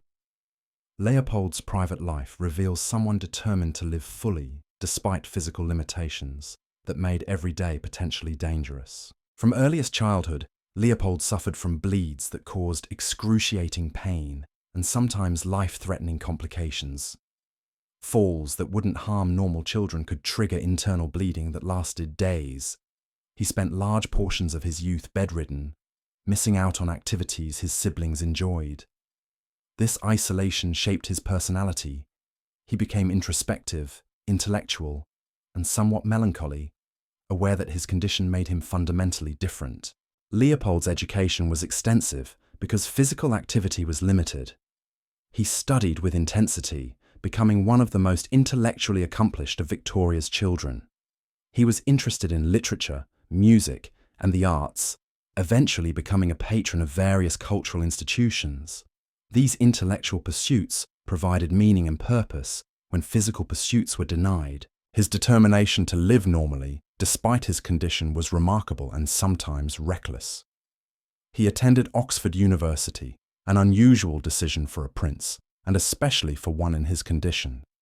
He lived in college housing, attended lectures, and participated in university life as much as possible. His time at Oxford was reportedly among the happiest of his life, providing friendship and intellectual stimulation outside the protective bubble of royal life. Leopold's relationship with women was complicated by his haemophilia. Potential wives and their families had to consider whether they were willing to accept his condition and the possibility of early widowhood. He eventually married Princess Helena of Waldeck and Pyrmont, who accepted both Leopold and his limitations. Their marriage was reportedly happy, despite its brevity. His death at 30 came after a fall in Cannes, France. He slipped on stairs, hitting his head, and suffered a fatal brain hemorrhage. It was the death his family had feared since his childhood, the inevitable result of a condition that made him fragile in ways no amount of caution could fully prevent. He left behind a pregnant wife and a young daughter, both of whom would remember him more through stories than personal memory. Leopold's legacy extends beyond his own life. His daughters became carriers of haemophilia, passing it to European royal families and most notably to the Russian imperial family. Tsarevich Alexei's haemophilia, inherited through Leopold's granddaughter Alexandra, influenced Russian history in ways that contributed to the Romanov dynasty's fall. Number 19. Prince Arthur, military and personal quirks. Prince Arthur, Duke of Connaught and Strathern, was Queen Victoria's 3rd son and 7th child. Unlike many of his siblings, Arthur found clear purpose and identity in military service, pursuing an active career that spanned decades and defined his public and private life. His personal habits reveal a man who brought military discipline to every aspect of existence. Arthur's military career wasn't merely ceremonial. He served actively in various capacities, including in Canada, India, and Egypt, and eventually rose to the rank of Field Marshal. He took his duties seriously, often to the point of rigidity, expecting the same standards from subordinates that he demanded of himself. This dedication earned respect from career soldiers who initially might have dismissed him as a royal dilettante. His daily routine maintained military precision throughout his life. He rose early, maintained regular mealtimes, and structured his day with the discipline of a soldier on campaign. This wasn't flexibility. Arthur believed that order and routine were morally superior to chaos and spontaneity. Staff members found him predictable, which made serving him easier, but also somewhat tedious. Arthur's marriage to Princess Louise Margaret of Prussia was arranged but apparently successful. They had 3 children and maintained a cordial, if not passionate, relationship. Louise shared Arthur's appreciation for order and duty, creating a household that ran with Germanic efficiency. Their compatibility seemed based more on shared values and complementary temperaments than romantic love. His collection of military memorabilia was extensive and meticulously organized. Weapons, uniforms, medals, and documents from his career were catalogued and displayed in his residences. Arthur would spend hours reviewing these items, recounting campaigns and battles to anyone willing to listen. These objects represented a life of purpose and achievement that he valued above all else. Arthur's relationship with his siblings varied. He was reportedly closest to his brother Leopold, perhaps because Leopold's haemophilia meant Arthur felt protective toward him. With his eldest brother, later Edward VII, Arthur maintained cordial but somewhat distant relations, possibly because their personalities and interests differed substantially. His final decades were marked by increasing obsolescence. Military tactics and technology advanced rapidly, and Arthur's Victorian-era experience became less relevant. He continued performing ceremonial duties and offering advice that was politely received but rarely implemented. He died in 1942 at age 91, having outlived most of his siblings and witnessed changes in Britain and its military that he struggled to fully comprehend or accept. Number 20. Princess Victoria, surprising private practices. Princess Victoria, eldest daughter of King Edward VII, lived her entire life in her father's shadow and never married, maintaining a position of perpetual daughter and sister rather than establishing her own household. Her private life reveals someone whose opportunities were limited by gender and circumstance, leading to existence focused on duty, religion, and quietly maintained relationships. Victoria never married, though she had opportunities. Some historians suggest she was in love with one of her father's grooms, a completely unsuitable match that could never be acknowledged publicly. Whether this was genuine romance or friendly affection, misinterpreted by observers, remains unclear. What's certain is that Victoria remained in her parents' household, serving as companion to her mother, Queen Alexandra, particularly after Edward's death. Her daily life was consumed with religious observance and charitable work. Victoria attended services regularly, maintained extensive correspondence with clergy, and donated substantial portions of her income to various causes. This religious devotion wasn't merely performance. Friends reported that Victoria had genuine faith that provided comfort and meaning in a life that lacked the independence or excitement of her married sisters. Victoria's relationship with her mother, Alexandra, was reportedly both close and stifling. As the unmarried daughter, Victoria became Alexandra's primary companion, especially in Alexandra's widowhood. They travelled together, attended functions together, and lived together at Sandringham. This proximity meant Victoria had little freedom to develop independent interests or relationships beyond what her mother approved. Her hobbies included needlework and music, both considered appropriate for royal ladies of her era. Victoria was an accomplished pianist and would perform for family gatherings. She also did extensive needlework, creating elaborate pieces that were given as gifts or donated to charitable causes. These activities filled hours that might otherwise have stretched emptily in her life of limited options.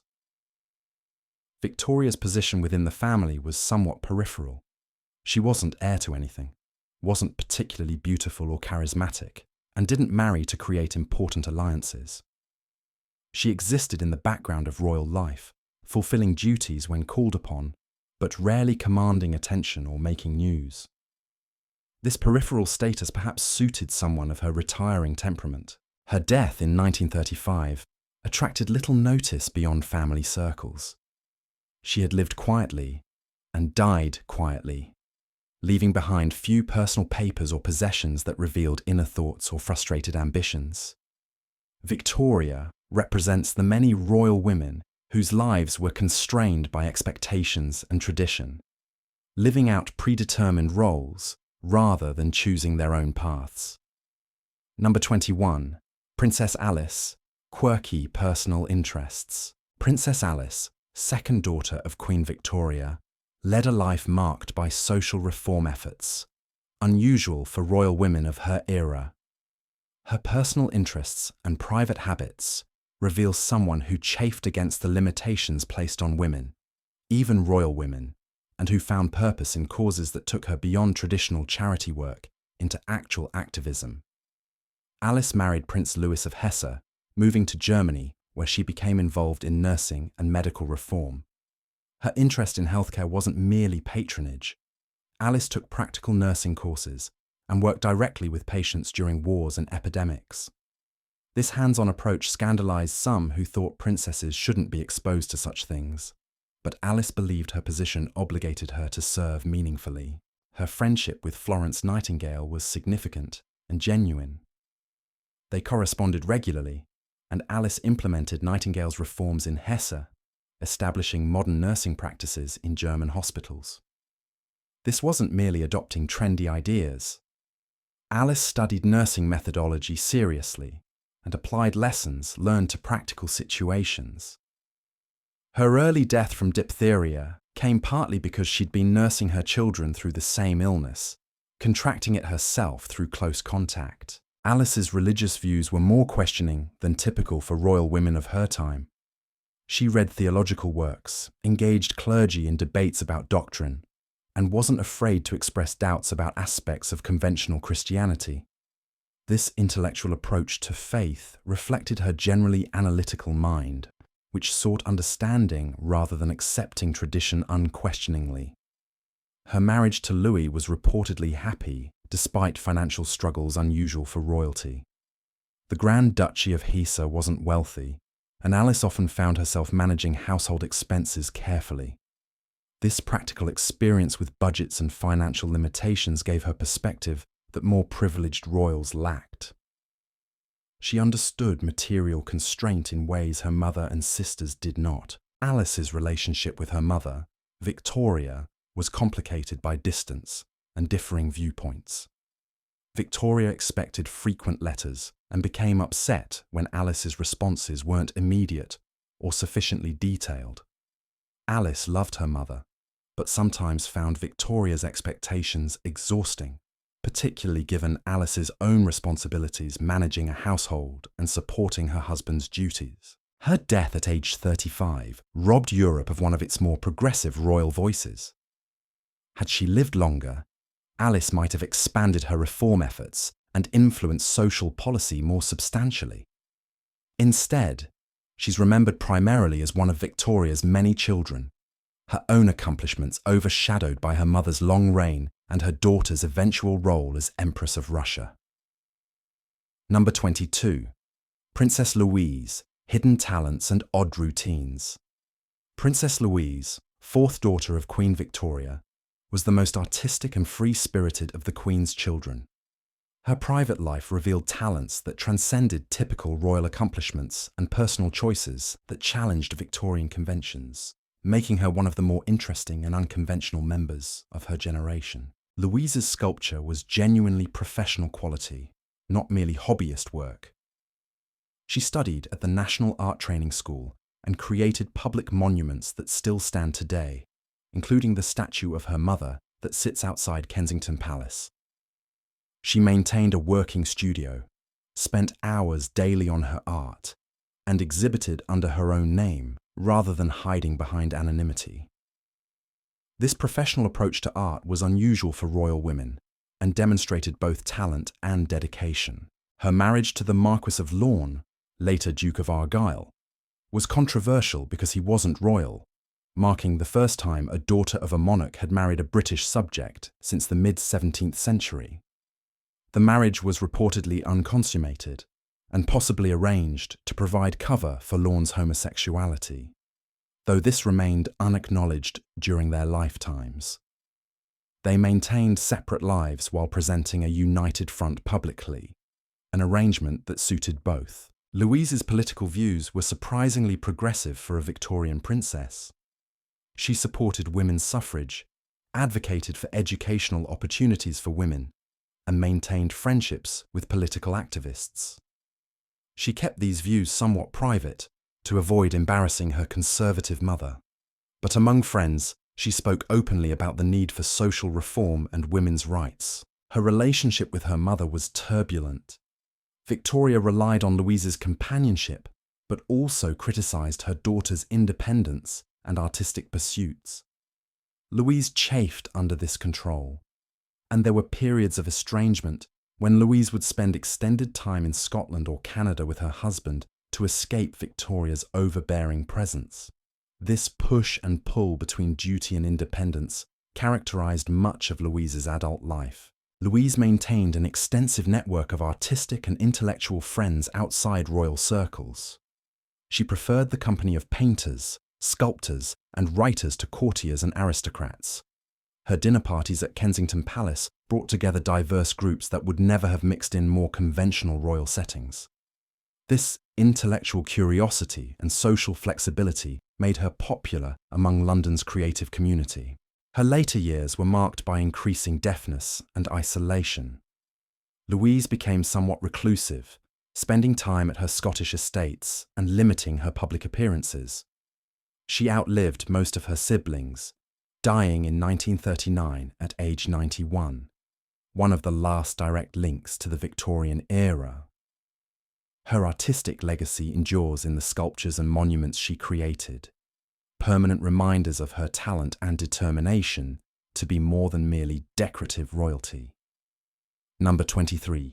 Prince George, Private Obsessions. Prince George, Duke of Kent and fourth son of King George V, lived a life marked by sophistication, scandal, and rumour that made him one of the most intriguing royals of his generation. His private obsessions and personal habits revealed someone struggling with addiction, sexuality, and the constraints of royal duty during the increasingly modern world of the 1930s. George's drug addiction was an open secret among those close to the royal family.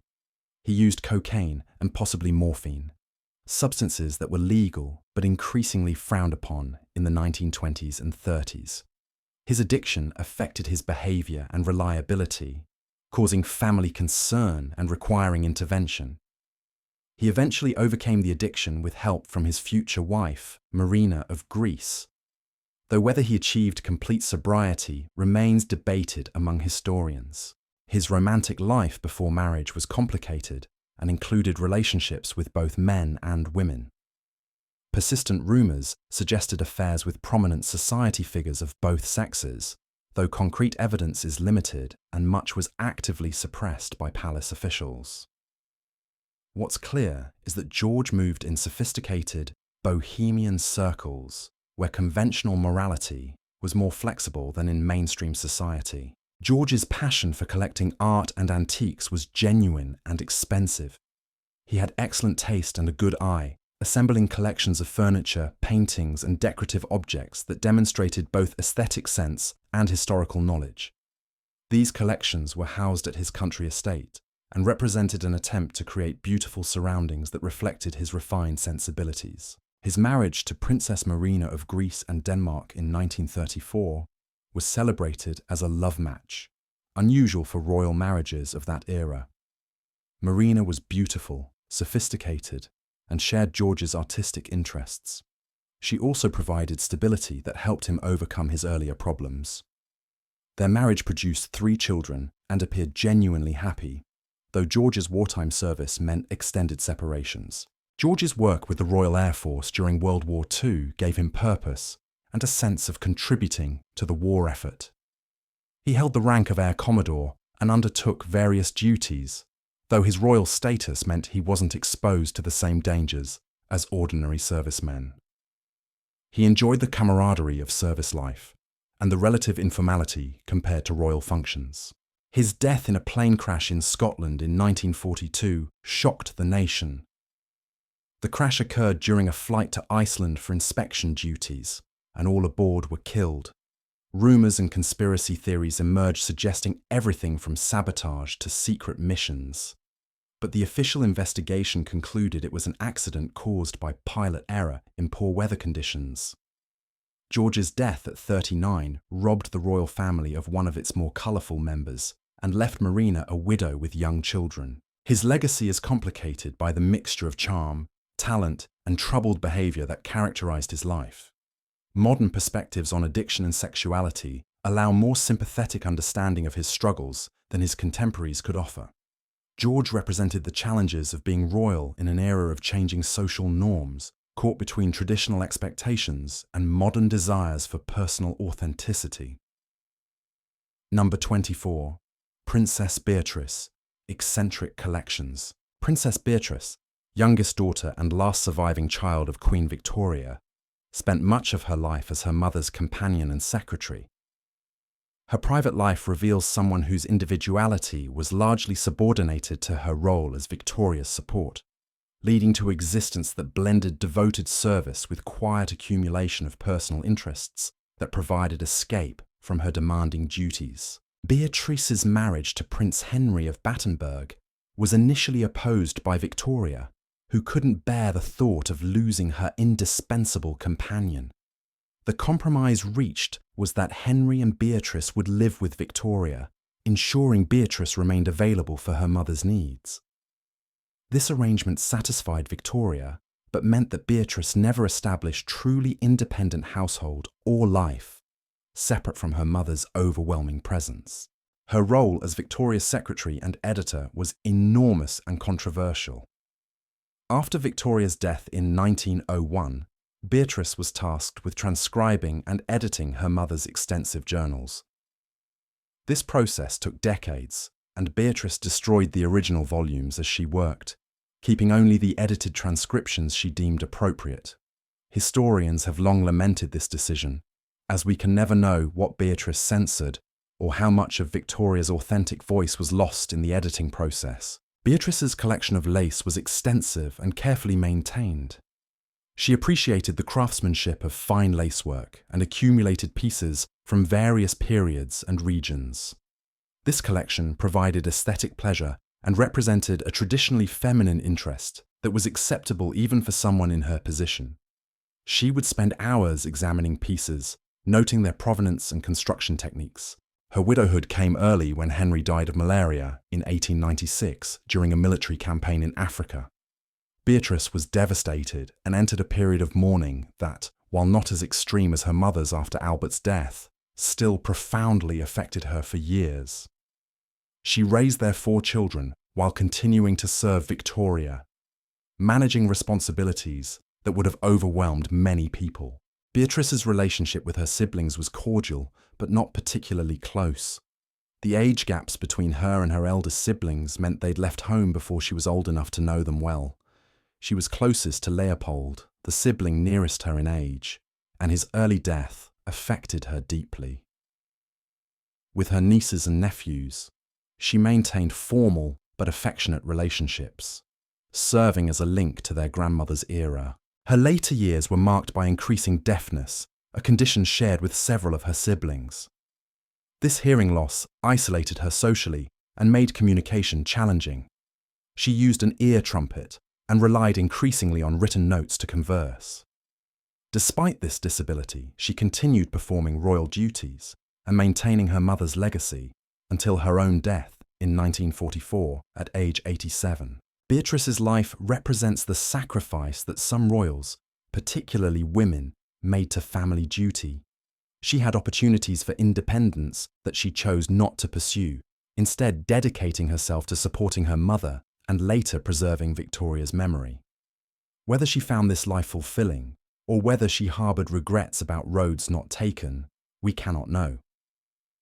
Her editing of Victoria's journals suggests a complex relationship with truth and privacy that reflects the tensions inherent in her position. Number 25. Princess Eugenie, Private Habits. Princess Eugenie of Sweden and Norway, born Princess Eugenie of Sweden and later Queen Consort of Norway, lived during the late 19th and early 20th centuries. However, There appears to be some confusion in the original outline, as there isn't a British Princess Eugenie from the historical period who would fit this ranking. Instead, let me address Princess Eugenie of York, the younger daughter of Prince Andrew and Sarah Ferguson, whose modern private life reveals someone who has carved out a more independent path than many royals while maintaining family connections and royal duties. Eugenie's scoliosis surgery as a teenager profoundly affected her perspective on life and personal resilience. She underwent a serious operation to correct the curvature of her spine, which left a long scar down her back.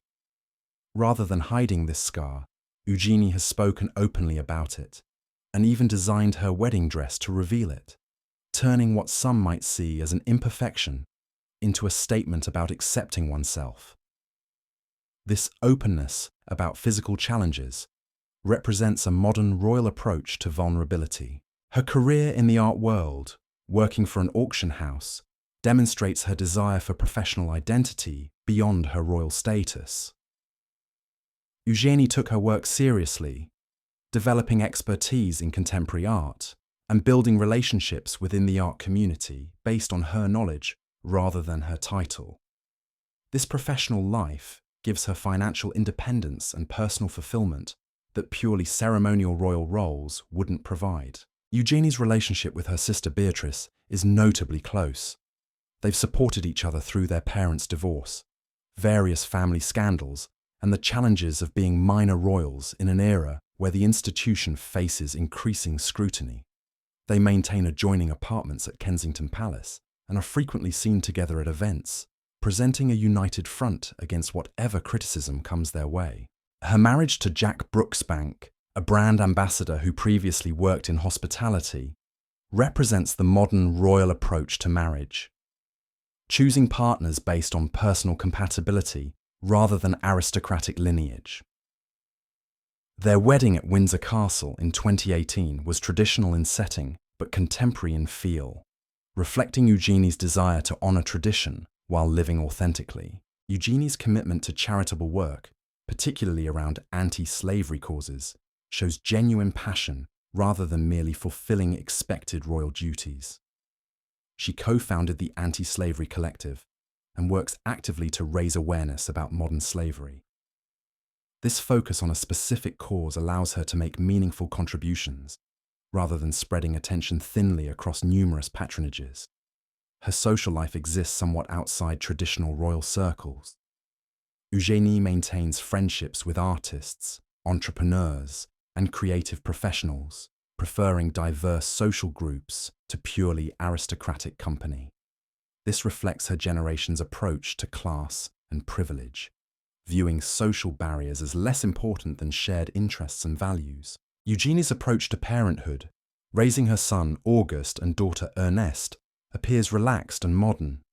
She's shared aspects of family life on social media while maintaining appropriate boundaries, finding a balance between openness and privacy that seems sustainable. Whether her children will be raised with royal duties or encouraged toward more independent lives remains to be seen. But Eugenie seems determined that they'll have choices she perhaps didn't fully have growing up. Number 26. Prince Henry, secretive routines. Prince Henry, Duke of Gloucester, and third son of King George V, lived much of his life overshadowed by his more charismatic brothers, but carved out a distinct identity through military service and a notably stable marriage. His secretive routines and private habits reveal someone who valued duty, order, and discretion above personal glory or attention. Henry's military career was more substantive than those of his brothers. He served actively in various regiments and undertook serious military training rather than merely holding ceremonial positions. He approached soldiering with dedication that earned respect from career officers who initially might have viewed him skeptically as just another royal playing at military service. This professional approach reflected Henry's need for purpose and identity beyond his royal birth. His marriage to Lady Alice Montague Douglas Scott in 1935 was one of the more successful royal marriages of that generation. Alice was from a prominent aristocratic family, but not royal herself, and she adapted well to royal life while maintaining her own personality. Their relationship appeared genuinely affectionate and companionable, characterized by shared interests in country life and similar temperaments that valued privacy over publicity. Henry's drinking became problematic at various points in his life. He used alcohol to cope with stress and the pressures of public life, occasionally drinking to excess in ways that concerned family and staff. This wasn't constant alcoholism, but periodic excessive drinking that affected his health and mood. Alice helped manage this tendency, and Henry seems to have kept it sufficiently under control that it never caused major public scandal. His collection of military memorabilia was extensive and carefully organized.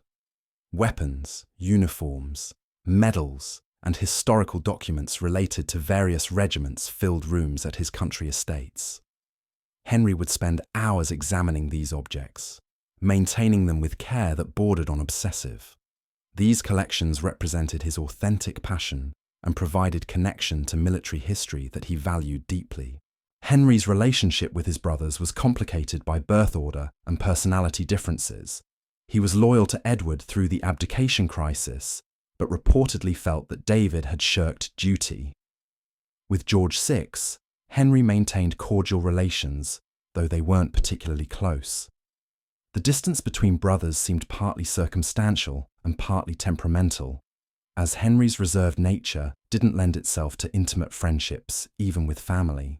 His role as Governor-General of Australia from 1945 to 1947 took him far from England during a crucial post-war period. Henry and Alice approached these duties seriously, travelling extensively throughout Australia and working to strengthen Commonwealth bonds. Henry's military background served him well in this role, and he earned respect from Australians for his straightforward, unpretentious approach. Henry's final years were marked by declining health, including several strokes that left him increasingly debilitated. He died in 1974 at age 74, having outlived his brothers, but lived much of his later life in diminished capacity. His legacy is that of a dutiful royal who served without seeking spotlight, preferring private satisfaction of duty well done over public recognition. Number 27. Prince Michael of Kent, modern quirky hobbies. Prince Michael of Kent, grandson of King George V and cousin to Queen Elizabeth II, occupies an unusual position within the royal family, close enough to the throne to be recognisably royal, yet far enough removed to pursue business interests and personal projects that senior royals couldn't undertake. His modern quirky hobbies and private interests reveal someone navigating this ambiguous position while indulging passions that are distinctly his own. Michael's physical resemblance to his cousin, Tsar Nicholas II of Russia, is striking and not coincidental. They share the same great-grandparents. Michael has cultivated this connection, growing a beard that enhances the similarity and developing deep interest in Russian history and culture. He speaks Russian fluently and has become a prominent figure in Anglo-Russian relations, though this role has occasionally generated controversy given political tensions between the nations. His business ventures have sometimes raised eyebrows, particularly when his royal status has been leveraged for commercial purposes. Michael has been involved in various business consultancies and has used his royal connections to facilitate business dealings, particularly with Russia and Eastern Europe.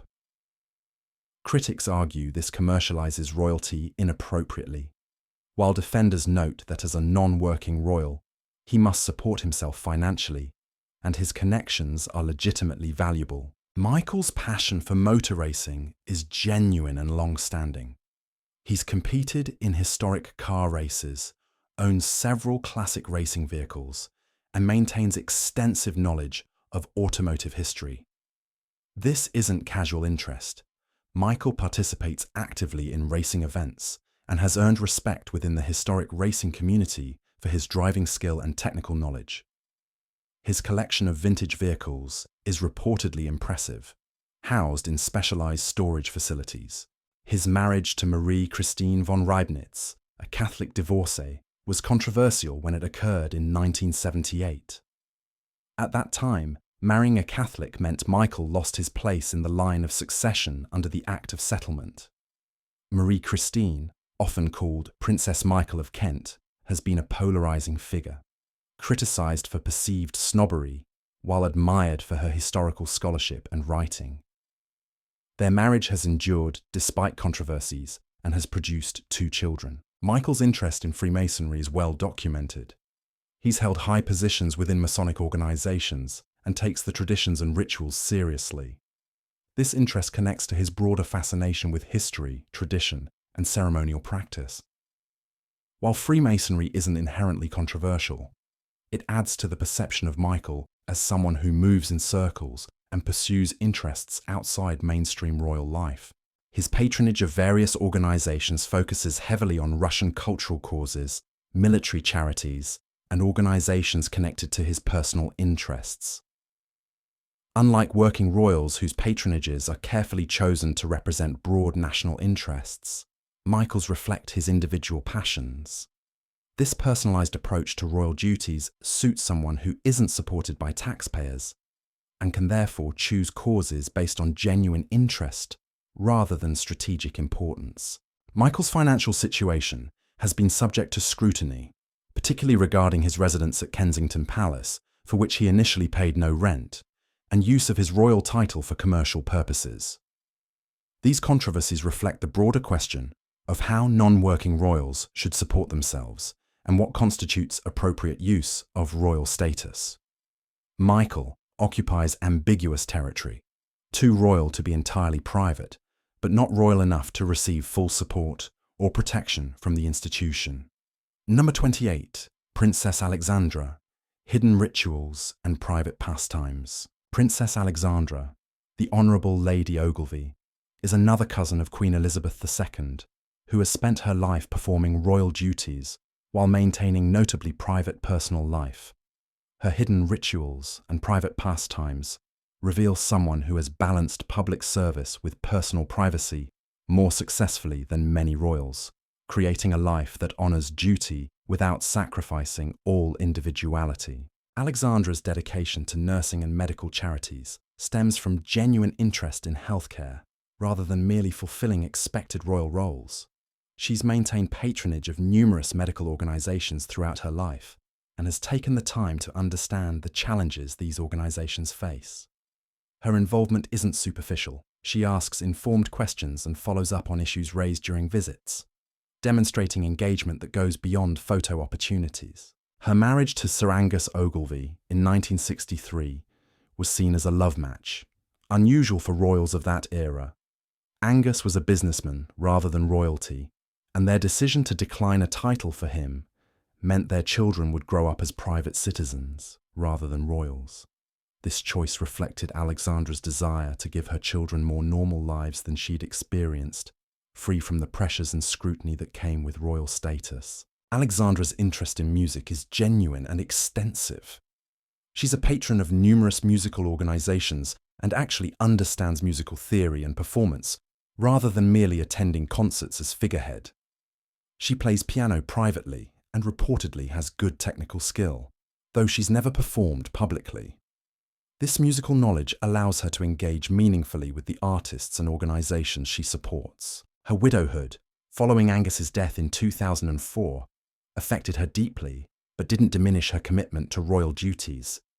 If anything, she increased her work schedule, perhaps finding solace in keeping busy and maintaining purposes beyond her personal loss.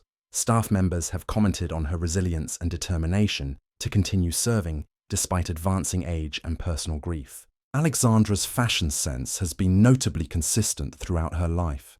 She favours classic styles, quality fabrics, and elegant simplicity over trendy designs. This consistent approach to dress reflects her broader personality, valuing substance over flash, preferring timeless quality to temporary fashion. Her wardrobe choices never generate headlines, which seems to be precisely her intention. Her relationship with the Queen was apparently close and affectionate throughout their lives. They were similar in age, shared childhood experiences during World War II, and both took their royal duties seriously.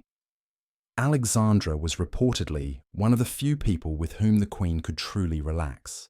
someone who understood the pressures of royal life firsthand and could be trusted absolutely with confidences. Alexandra's later years have been marked by reduced public appearances due to age and health issues, but she's continued working longer than might be expected.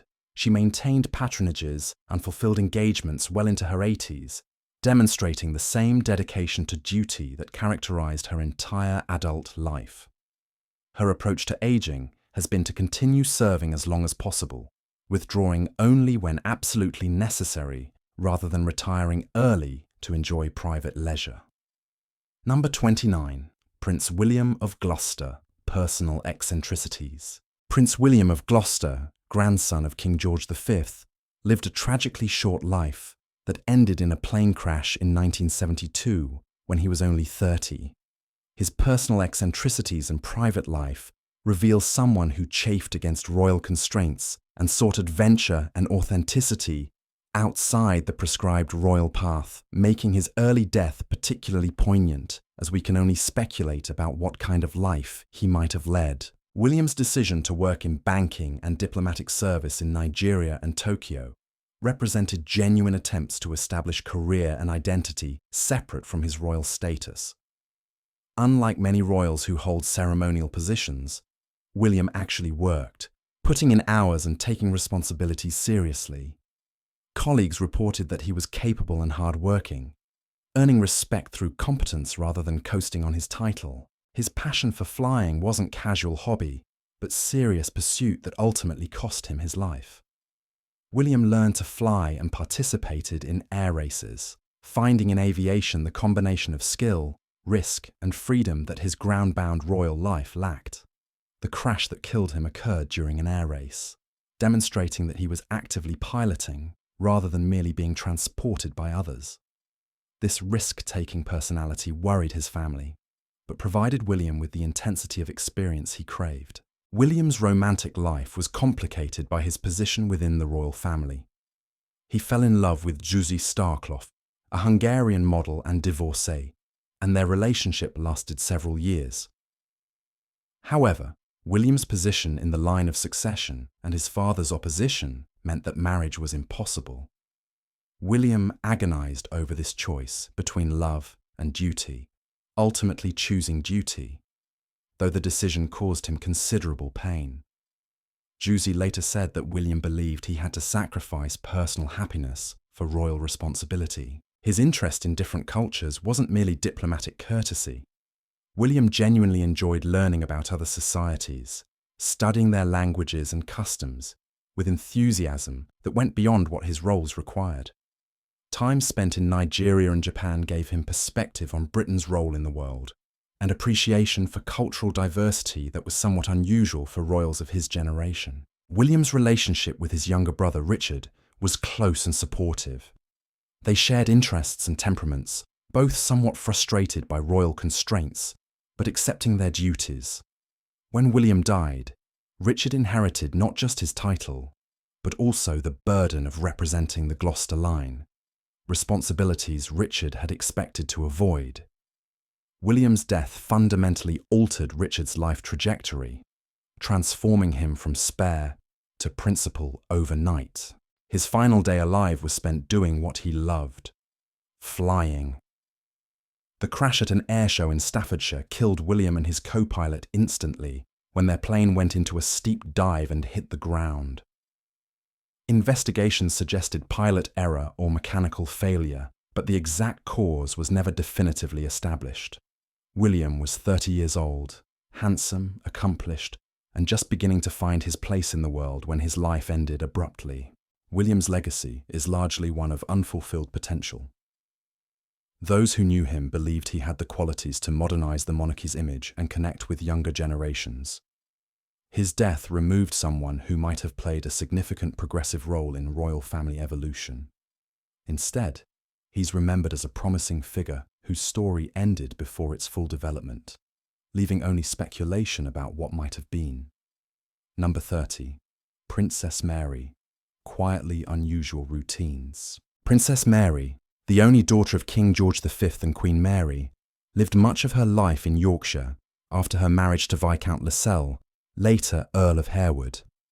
Her quietly unusual routines and private life reveal someone who balanced royal duty with genuine commitment to her Yorkshire community, creating a life that honoured both her birth and her adopted home. Mary's dedication to nursing and medical work began during World War I, when she worked as a nurse, actually performing duties rather than merely supervising or making ceremonial visits.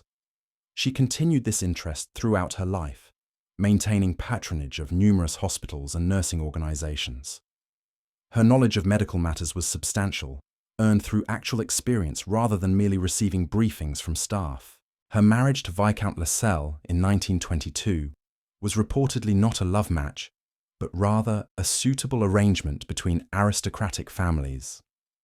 Lascelles was 15 years older, and the marriage produced 2 sons, but apparently little passion or deep emotional connection. Mary fulfilled her wifely duties and maintained appropriate public image, but those close to the family suggested she found little personal happiness in the relationship. Mary's interest in Girl Guides was significant and long-lasting. She served as president of the Girl Guides Association and took her role seriously, actually attending events and engaging with guides rather than maintaining merely ceremonial involvement. She believed in the organization's values of self-reliance and outdoor skills for girls, seeing these as important character development regardless of social class. Her daily routine at Harewood House in Yorkshire was remarkably structured. Mary maintained precise schedules for meals, correspondence, estate management, and charitable work. This routine provided stability and purpose, filling hours with productive activity rather than idle leisure. Staff members could practically set clocks by her movements, as she adhered to her schedule with discipline inherited from her parents. Mary's relationship with her brothers varied in closeness. She was particularly close to George VI, perhaps because they shared similar temperaments. Dutiful, somewhat reserved, uncomfortable with the spotlight. With David, later Edward VIII, she maintained cordial relations, though she disapproved of his abdication. Her youngest brother, John, died when she was young, and she apparently retained affectionate memories of him, despite his isolation from the family. Her later years were marked by increasing involvement in Yorkshire's cultural and charitable life.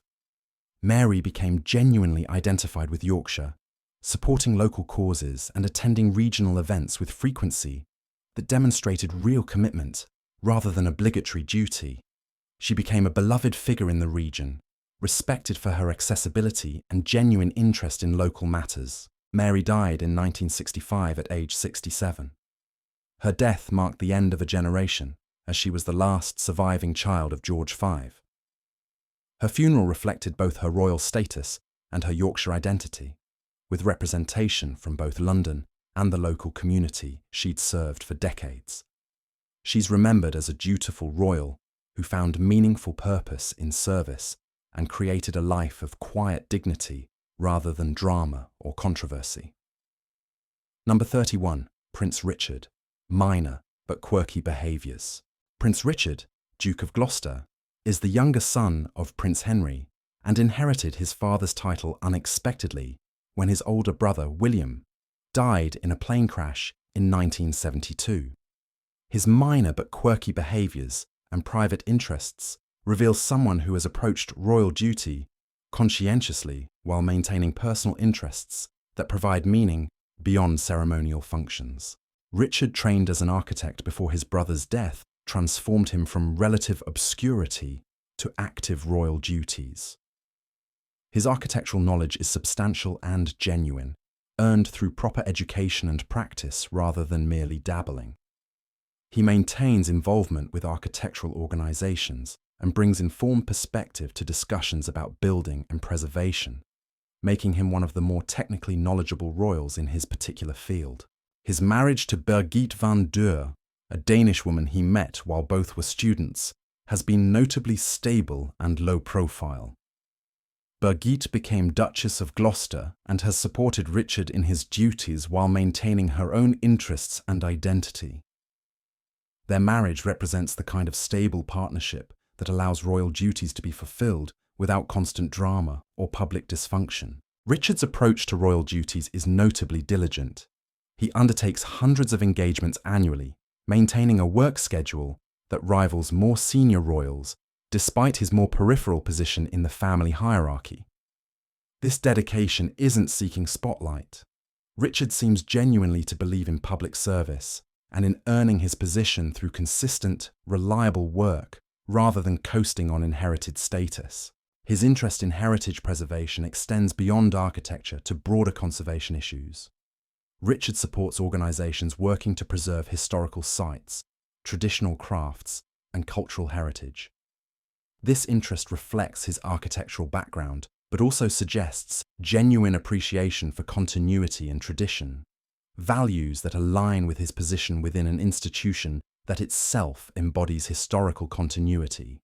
Richard's relationship with his children has apparently been warmer and more engaged than his own father's was with him.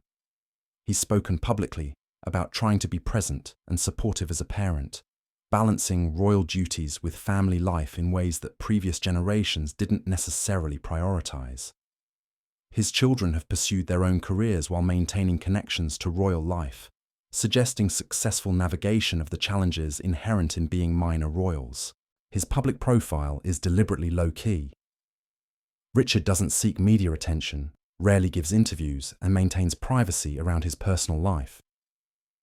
This approach suits someone who came to royal duties through accident, rather than expectation, and who views them as responsibilities to fulfill rather than opportunities for personal aggrandizement.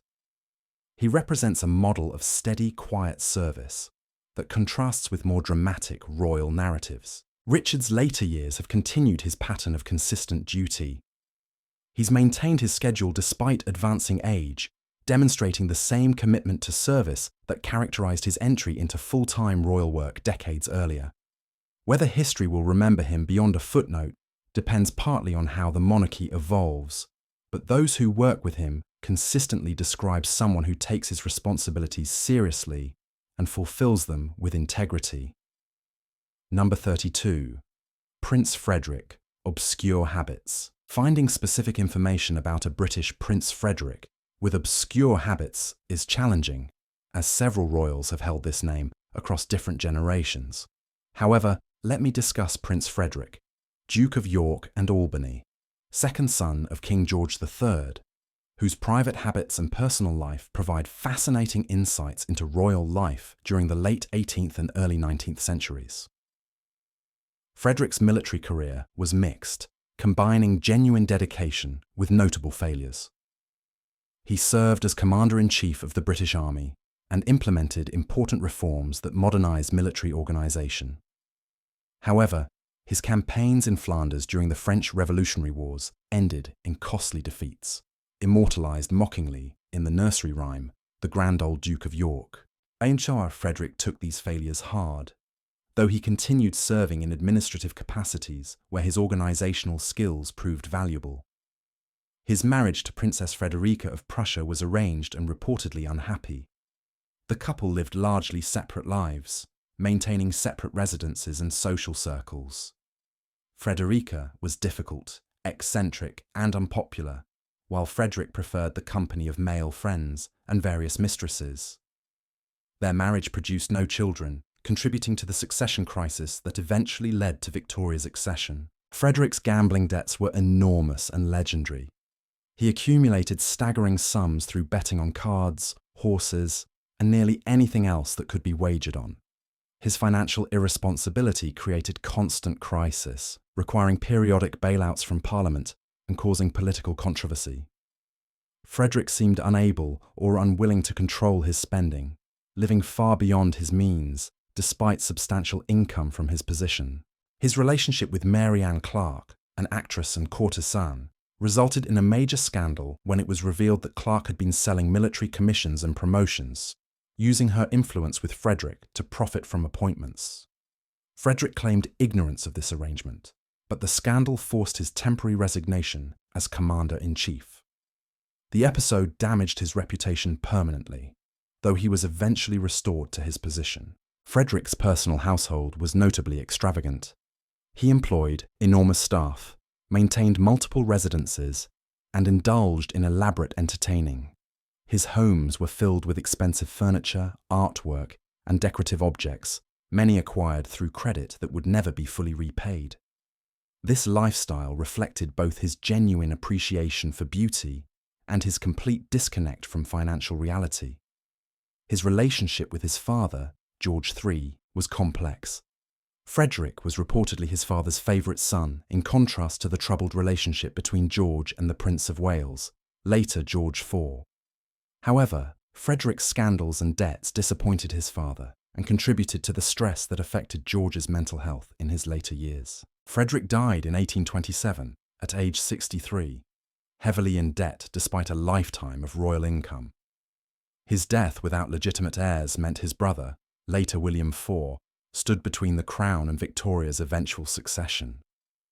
Frederick's legacy is mixed, credited with important military reforms but remembered also for scandal, debt, and the uncomfortable truth that royal status didn't guarantee competence or character. Number 33. Princess Charlotte. Private oddities. Princess Charlotte of Wales, daughter of the Prince Regent, later George IV, and Princess Caroline, was for most of her short life heir presumptive to the British throne. Her private oddities and personal characteristics reveal someone whose spirited personality and tragic early death shaped British royal history in unexpected ways. Charlotte's relationship with both parents was difficult and complicated by their bitter estrangement. Her father was self-indulgent and negligent, more concerned with his own pleasures than parenting. Her mother, Caroline, was erratic and inappropriate, creating scandals that embarrassed Charlotte and complicated her position. Charlotte navigated between them carefully, trying to maintain relationships with both while not being used as a weapon in their battles. Her engagement to Prince William of Orange was arranged for political purposes, and Charlotte initially accepted it. However, she later broke the engagement, refusing to leave England if marriage meant living permanently in the Netherlands. This demonstrated remarkable independence for a princess of her era, asserting personal will against political expectations. Her refusal caused diplomatic difficulty, but established that she wouldn't be simply forced into arrangements she found unacceptable. Charlotte's eventual marriage to Prince Leopold of Saxe-Coburg-Saalfeld appears to have been genuinely affectionate. They shared interests and temperaments, and Leopold provided stability and support that Charlotte had lacked in her turbulent childhood. Their marriage was brief but apparently happy, providing Charlotte with first real experience of stable, loving relationship. Her pregnancy in 1817 was cause for national celebration. The nation eagerly anticipated the birth of a future monarch, and Charlotte's confinement was closely monitored. However, the delivery went tragically wrong. After a prolonged and difficult labour lasting over 50 hours, Charlotte delivered a stillborn son. She seemed to recover initially but suffered complications, likely postpartum hemorrhage, and died hours after the birth. Charlotte's death at 21 shocked the nation into genuine mourning. She had been popular, representing hope for a more stable monarchy after the scandals of her father's generation. Her death changed British history fundamentally, triggering the rush by her father's brothers to marry and produce heirs that eventually resulted in Victoria's birth and accession. The medical care Charlotte received has been subject to historical scrutiny. Her physician, Sir Richard Croft, was criticised for his management of the delivery, particularly his refusal to use forceps or perform a caesarean section, interventions that might have saved either Charlotte or her child. Croft committed suicide months later, apparently unable to bear the guilt and public censure. The tragedy highlighted inadequacies in obstetric care even for royalty. Charlotte's legacy is primarily one of unrealised potential. Had she lived, she would have become queen, and the Victorian era would never have occurred as we know it.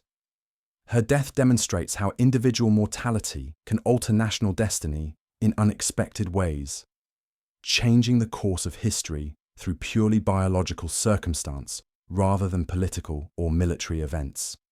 Number 34. Prince John, making the list again for his quiet, eccentric lifestyle. As mentioned earlier in our journey, Prince John appears twice on our list. And this second appearance allows us to emphasize certain aspects of his quiet, eccentric lifestyle that deserve deeper consideration.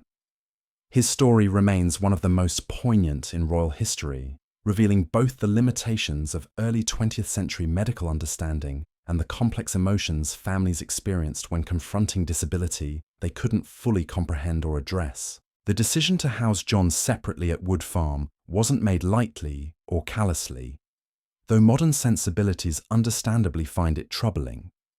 King George and Queen Mary genuinely believed they were protecting John from public scrutiny that would have been unkind and from the pressures of royal life that his condition made impossible to navigate. They visited him regularly, and his siblings came when they could. But the separation created emotional distance that everyone involved likely regretted on some level. John's daily routines at Wood Farm were structured to provide comfort and security. His days followed predictable patterns, waking at regular times, taking meals in his dining room, spending hours outdoors when weather permitted, playing with his beloved animals, and engaging in simple activities that brought him pleasure. This routine wasn't restrictive imprisonment. It was an attempt to create an environment where John could be happy within the limitations his conditions imposed. His relationship with his nanny, Lala Bill, was the most important in his life. She dedicated herself to his care with remarkable devotion, providing the consistent affection and attention that his parents' positions didn't allow them to give. Lala understood John's needs, anticipated his seizures, managed his medications, and created an atmosphere of safety and love. After John's death, she described him as the most gentle and loving of children, a testament that cuts through historical distance to reveal genuine affection for her charge. John's awareness of his situation is impossible to know with certainty. Did he understand that he was being kept separate from his family? Did he question why he lived at Wood Farm while his siblings lived in palaces? Did he feel abandoned, or did he accept his circumstances with the simplicity of mind that his conditions perhaps created? These questions haunt John's story because we can never truly know his inner experience or emotional reality. The progressive worsening of his seizures in his final years made his existence increasingly difficult. The treatments available were limited and often created as many problems as they solved. John would have periods of relative calm followed by clusters of severe seizures that left him exhausted and disoriented. The inevitability of his early death hung over everyone who cared for him, creating a sadness that permeated Wood Farm, despite efforts to maintain normalcy and cheer. His death was almost merciful in the context of his suffering. When the fatal seizure came, it ended John's struggles and freed his family from the constant worry about his well-being and the societal embarrassment his existence caused them. Queen Mary's diary entry describing his death as a great relief shocks modern readers, but it reflected both the exhaustion of coping with his condition and the genuine belief that death freed John from a life that could never be truly fulfilling given his limitations. The memory of John has been reconsidered in recent decades as understanding of epilepsy and developmental disabilities has advanced. We now know that with modern treatment, John's seizures likely could have been controlled or significantly reduced.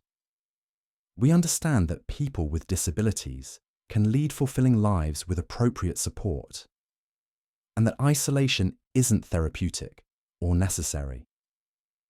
John's story serves as a reminder of how far medical and social understanding has progressed, but also of the very real limitations and fears that shaped responses to disability in earlier eras. Number 35.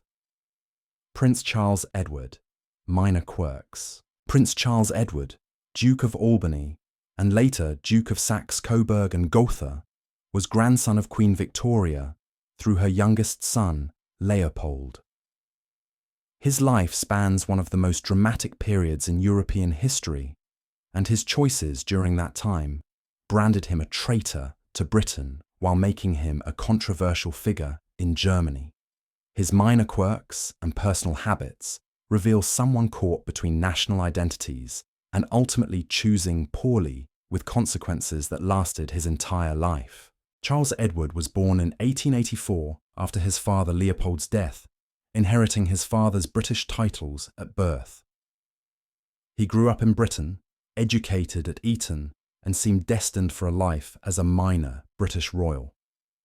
However, when the Saxe-Coburg-Gotha line faced extinction without heirs, Charles Edward was selected to inherit the German duchy at age 15. This decision removed him from Britain and set him on a path that would eventually sever his British connections entirely. His transformation from British prince to German duke was gradual but thorough. Charles Edward adopted German language, customs, and perspectives, eventually identifying more strongly with his adopted country than his birth nation. During World War I, he fought for Germany against Britain, a choice that his British relatives viewed as betrayal. This decision was understandable from his perspective, having lived in Germany for years and holding responsibilities to his German territories, but it destroyed his relationships with British family members and resulted in stripping of his British titles. Charles Edward's involvement with early Nazi movement has been subject to historical debate. He joined the Nazi Party in the 1930s and held various positions within the regime, though historians disagree about whether he was genuinely committed to Nazi ideology or simply trying to preserve his position and properties during a dangerous political era. His granddaughter has argued that he was opportunistic rather than ideological, but his actions during this period remain controversial regardless of motivation. His personal life was marked by a successful marriage to Princess Victoria Adelaide of Schleswig-Holstein. They had 5 children and apparently maintained a stable, affectionate relationship despite the political tumult surrounding them. Victoria Adelaide stood by Charles Edward through his political troubles and shared his social isolation after World War II, when they were both viewed with suspicion and hostility. Charles Edward's post-war years were difficult and humiliating.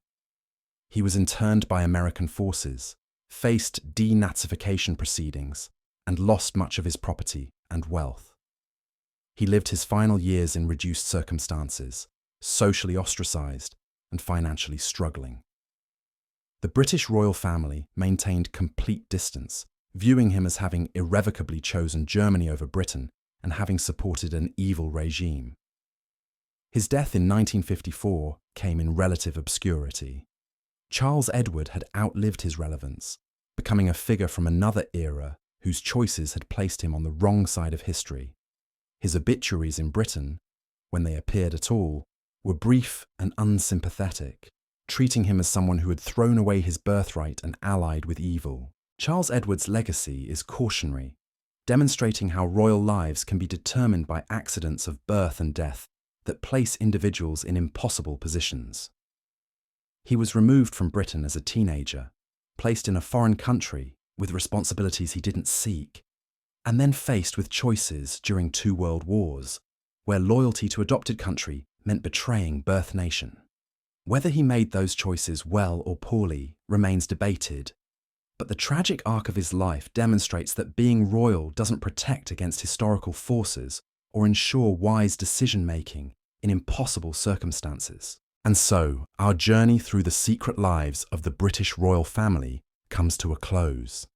From Henry VIII's obsessions to Prince Charles Edward's conflicted loyalties, from the hidden suffering of Prince John to Princess Louise's pursuit of independence, we've glimpsed the humans behind the crowns. These 35 royals, across centuries, share one truth. Extraordinary circumstances cannot erase ordinary emotions, desires, and flaws. Behind palace walls, they collected strange objects, indulged unusual habits, navigated love and loss, and sought meaning within lives prescribed by birth. Some found fulfillment, others rebellion or scandal, yet all endured. Thank you for joining this quiet exploration. If you enjoyed these stories, please like this video and subscribe for more whispered journeys into history. As you drift towards sleep, may the hidden corridors, secret letters, and private gardens of the palace guide your dreams, and may your own hidden self know it is worthy of care and compassion. Good night.